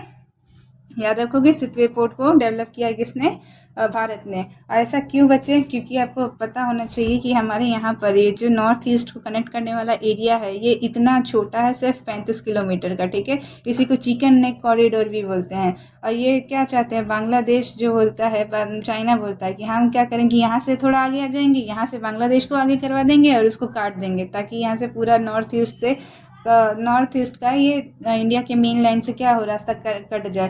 तो भारत ने भी बोला कोई बात नहीं बच्चे, क्या है ये मिज़ोरम हमारा यहाँ ऊपर है ना, इसको भी घसका के नीचे ले लेंगे ये पूरा नीचे आ जाएगा, तो यहाँ से हमारे कोलकाता पोर्ट से ये लग जाएगा और तब तो हम और जल्दी पहुँच जाएंगे यहाँ पर, समझ रहे हो। और इसको काउंटर करने के लिए ही बर्मा का ये सितवे पोर्ट जो है भारत ने डेवलप किया है, समझ रहे हो बच्चे। चाइना की बड़ी चाल है, ये चिकन किन्ने काटेगा, हम यहाँ से सब कुछ काट लेंगे ठीक है, दांते काट लेंगे लोगों को। चलो आगे आ जाते हैं, कहाँ पर थे हम लोग, हाँ लेक यहाँ की बात करें तो यहाँ पर एक वेरी फेमस लेक है बच्चे, इनले लेक। जैसे मैं आपको जब मणिपुर पढ़ाऊंगी तो मणिपुर में लोकटक लेक है, दैट इज़ वेरी ब्यूटीफुल, बहुत सुंदर है फुंदी के लिए, वो पढ़ाऊंगी। तो वैसा ही एक मिलता जुलता, मतलब उतना खूबसूरत नहीं पर है, इनले लेक। तो ये इनले लेक क्यों फेमस है, क्योंकि फ्लोटिंग विलेज, ठीक है, क्योंकि इस पूरे लेक पे जो है ना ये जो विलेज बना हुआ है ये पूरा ऐसा तैरता हुआ बना हुआ है, समझ रहे हो, मतलब कि पूरे लेक के ऊपर ही विलेज ऐसे तैर रहा है, ठीक है। और वैसे ही हमारे यहाँ जो लोकटक लेक है वो भी पूरा क्या है, फ्लोटिंग नेशनल पार्क है, वो पूरा का पूरा लेक पे ही तैर रहा है, फुमदी इस पे, ठीक है। वहाँ पर पढ़ेंगे हम लोग जो मणिपुर पढ़ेंगे। तो वाटरफॉल यहाँ पर अंसिकान, हाँ अनीसकन वाटरफॉल है, ठीक है, बहुत खूबसूरत है, लेकिन फ़ोटो मैंने नहीं लगाई है। चलो ग्रासलैंड की बात करें तो कुछ इंपॉर्टेंट यहाँ पर है नहीं, ठीक है। यहाँ पर देखो क्या होता है कि जब यहाँ पर से पर्टिकुलर जो साउथ वेस्ट मानसून विंड आती हैं वो क्या होता है, देखो बांग्लादेश में आती है तो यहाँ पर पहाड़ है बच्चे, कोई भी क्या हो बारिश करवाने के लिए पहाड़ का होना ज़रूरी है। तो वो यहाँ से आती हुई हवा को रोक लेते हैं, बादल जो आते रहते हैं उनको यहीं पर टकरवा के यहाँ से बारिश करवा देते हैं। तो यहाँ तो एक्चुअली में कितनी सारी नदियाँ भी आती हैं और ऊपर से ऊपर यहाँ पर क्या है, बहुत सारे ग्रेट हिमालयस भी पड़ते हैं, तो ये हवा को रोक लेते हैं, बादल को रोक लेते हैं और यहाँ बारिश करवा देते हैं, इसलिए पूरी बांग्लादेश क्या है, फ्लड प्रोन है। लेकिन म्यांमार की बात करें तो यहाँ पर क्या होते हैं, पूरी की पूरी यहाँ सीधे पहाड़ हो जाते हैं। तो अब सीधे पहाड़ हैं तो यहाँ से भी हवा आ रही है तो बादल तो यहाँ सीधे सीधे पैरेलली निकल जाएंगे, बात समझ रहे हो। तो यहाँ पर निकल जाएंगे और यहाँ पर ग्रेट हिमालय ऐसे पड़ते हैं ना, तो यहाँ पर जाके यहाँ बारिश करवा देंगे। तो नॉर्थ ईस्ट आपको पता होगा कितना ज़्यादा वेटेस्ट एरिया होता है, क्यों, क्योंकि सारी बारिश यहीं हो जाती है। और रही बात बर्मा की, तो बर्मा से तो सीधा सीधे निकल जाते हैं, तो यहाँ कोई बारिश ही नहीं होती, इसलिए ये क्या है, थोड़ा थोड़ा सूखा इलाका है। तो आप देख रहे होंगे ये पर्टिकुलर यहाँ पर देखो मैप में, ये पूरा यहाँ पर एरिया पूरा सूखा है, डेजर्टेड है, मतलब थोड़ा क्यों है, क्योंकि अरानकोमा जो है वो क्या है, ऐसे पैरेलल पड़ जाती है साउथ वेस्ट मानसून विंड के, तो विंड तो निकल जाती है तो बारिश होती नहीं है, ठीक है। समझ में आ रहा है, मानसून में और अच्छे से पढ़ेंगे। चलो कहाँ पर थे हम, ओके ग्रासलैंड के बारे में, इसलिए यहाँ कोई पर्टिकुलर ग्रासलैंड नहीं है। एग्रीकल्चर प्रोड्यूसर्स की बात करो तो बच्चे दाल का प्रोडक्शन बहुत अच्छा होता है, क्यों, क्योंकि दाल को चाहिए ट्रॉपिकल एरिया, ठीक है। और ट्रॉपिकल एरिया तो ये एकदम पड़ता ही है कहाँ पर, इक्वेटर पे, तो अच्छी खासी एरिया है, ठीक है।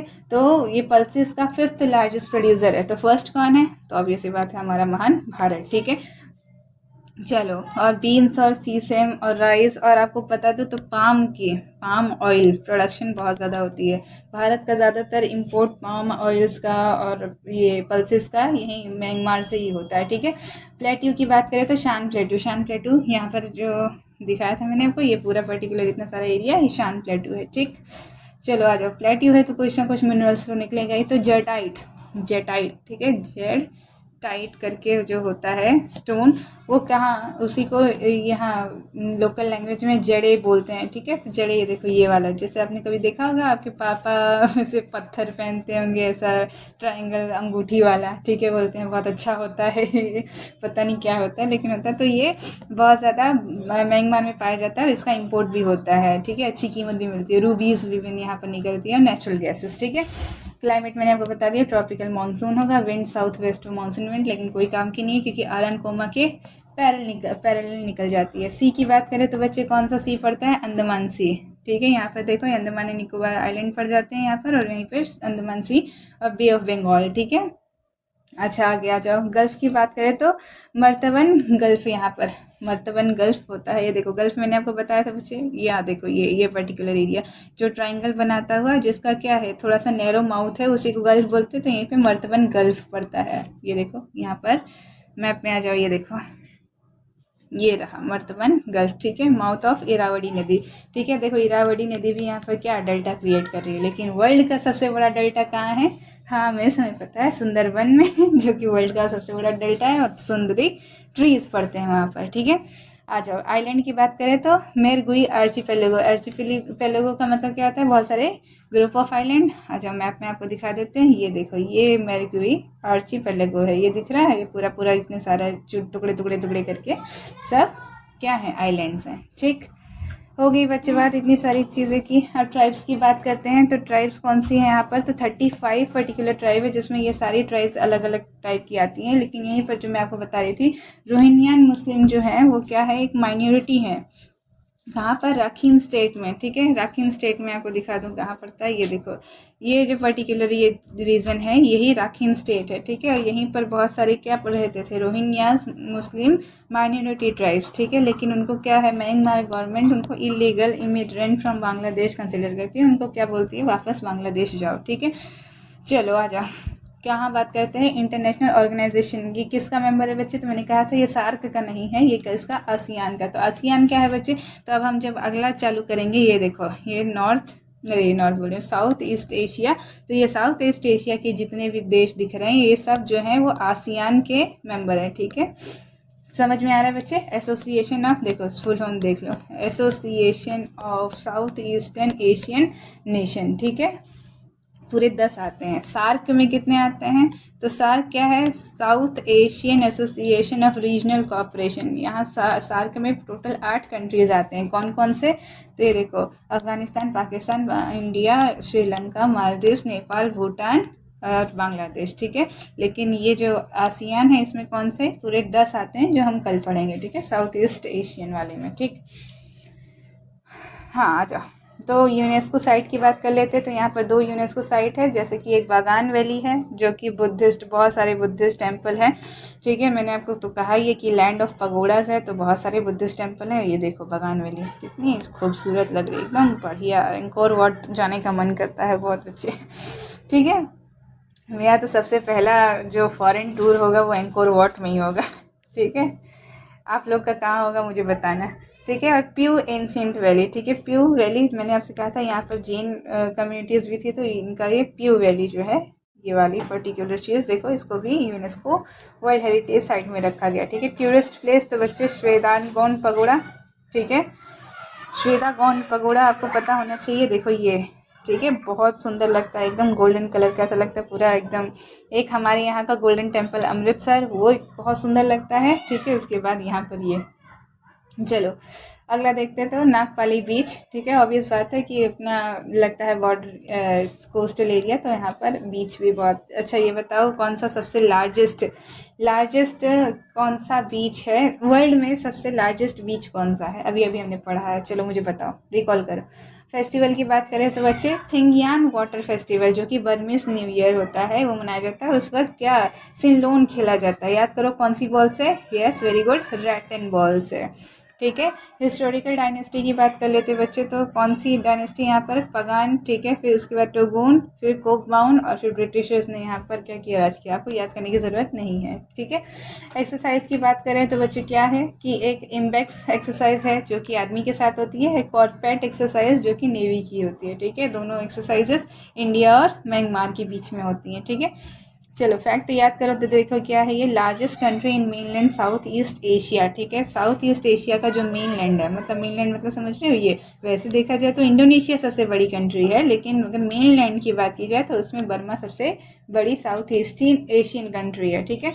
रिलेशन विथ इंडिया, तो बच्चे मैंने आपको बताया था कालादान मल्टी मॉडल प्रोजेक्ट जो है वो बनाया गया है ताकि हम नॉर्थ ईस्ट इंडिया को म्यांमार से कनेक्ट कर सकें सितवे पोर्ट के थ्रू, ठीक है। तो पोर्ट भी बनाया है और कालादान मल्टी मॉडल प्रोजेक्ट, और इसी के ऊपर बहुत सारे वाटरवेज भी स्टार्ट किए गए हैं। वाटरवेज समझते हो ना बच्चे, जो फेरी लाइक सर्विसेज वगैरह होती हैं, जो क्या रिवर पे स्टार्ट की गई रहती हैं, ठीक है।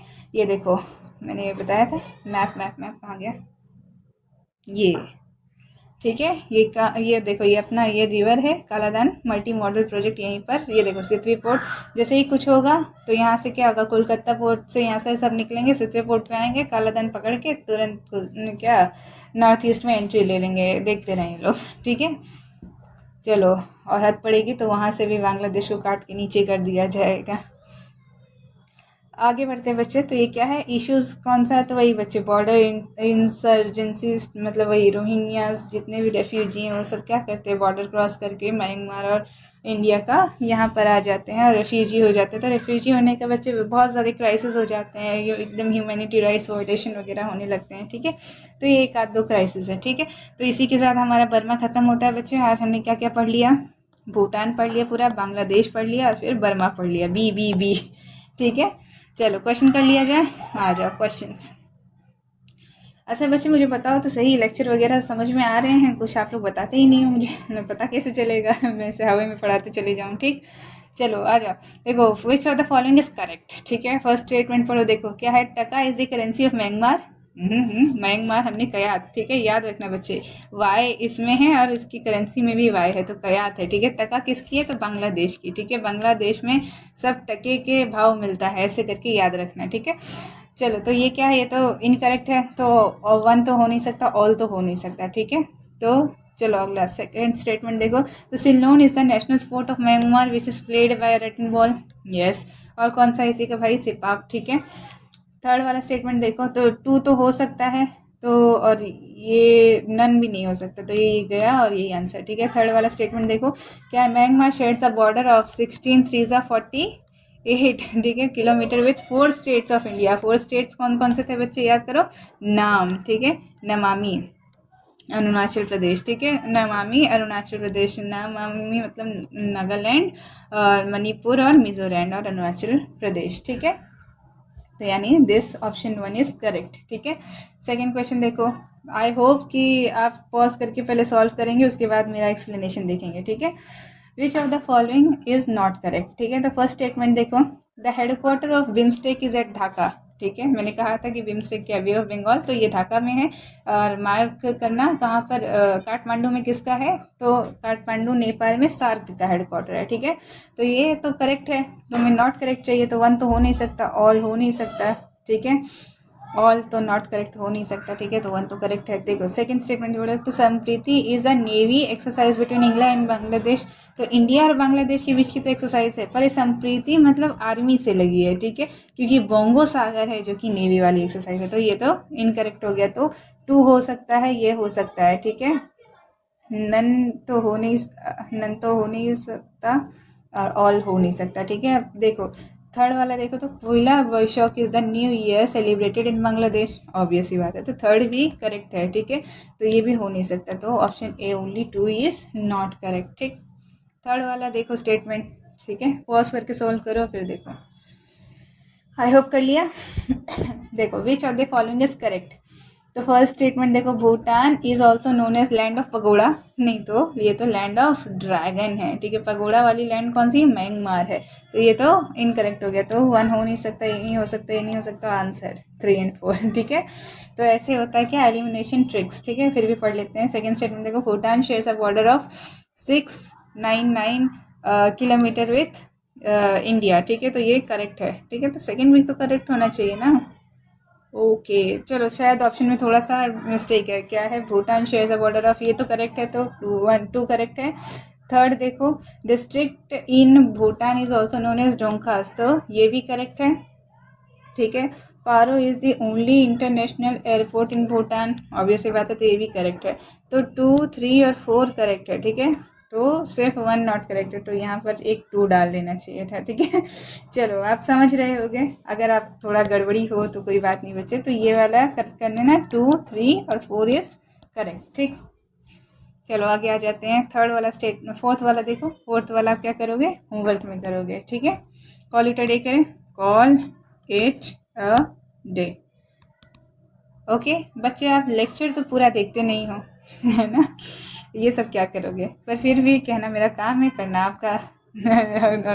ठीक है, तो अटेंडेंस लगा देना।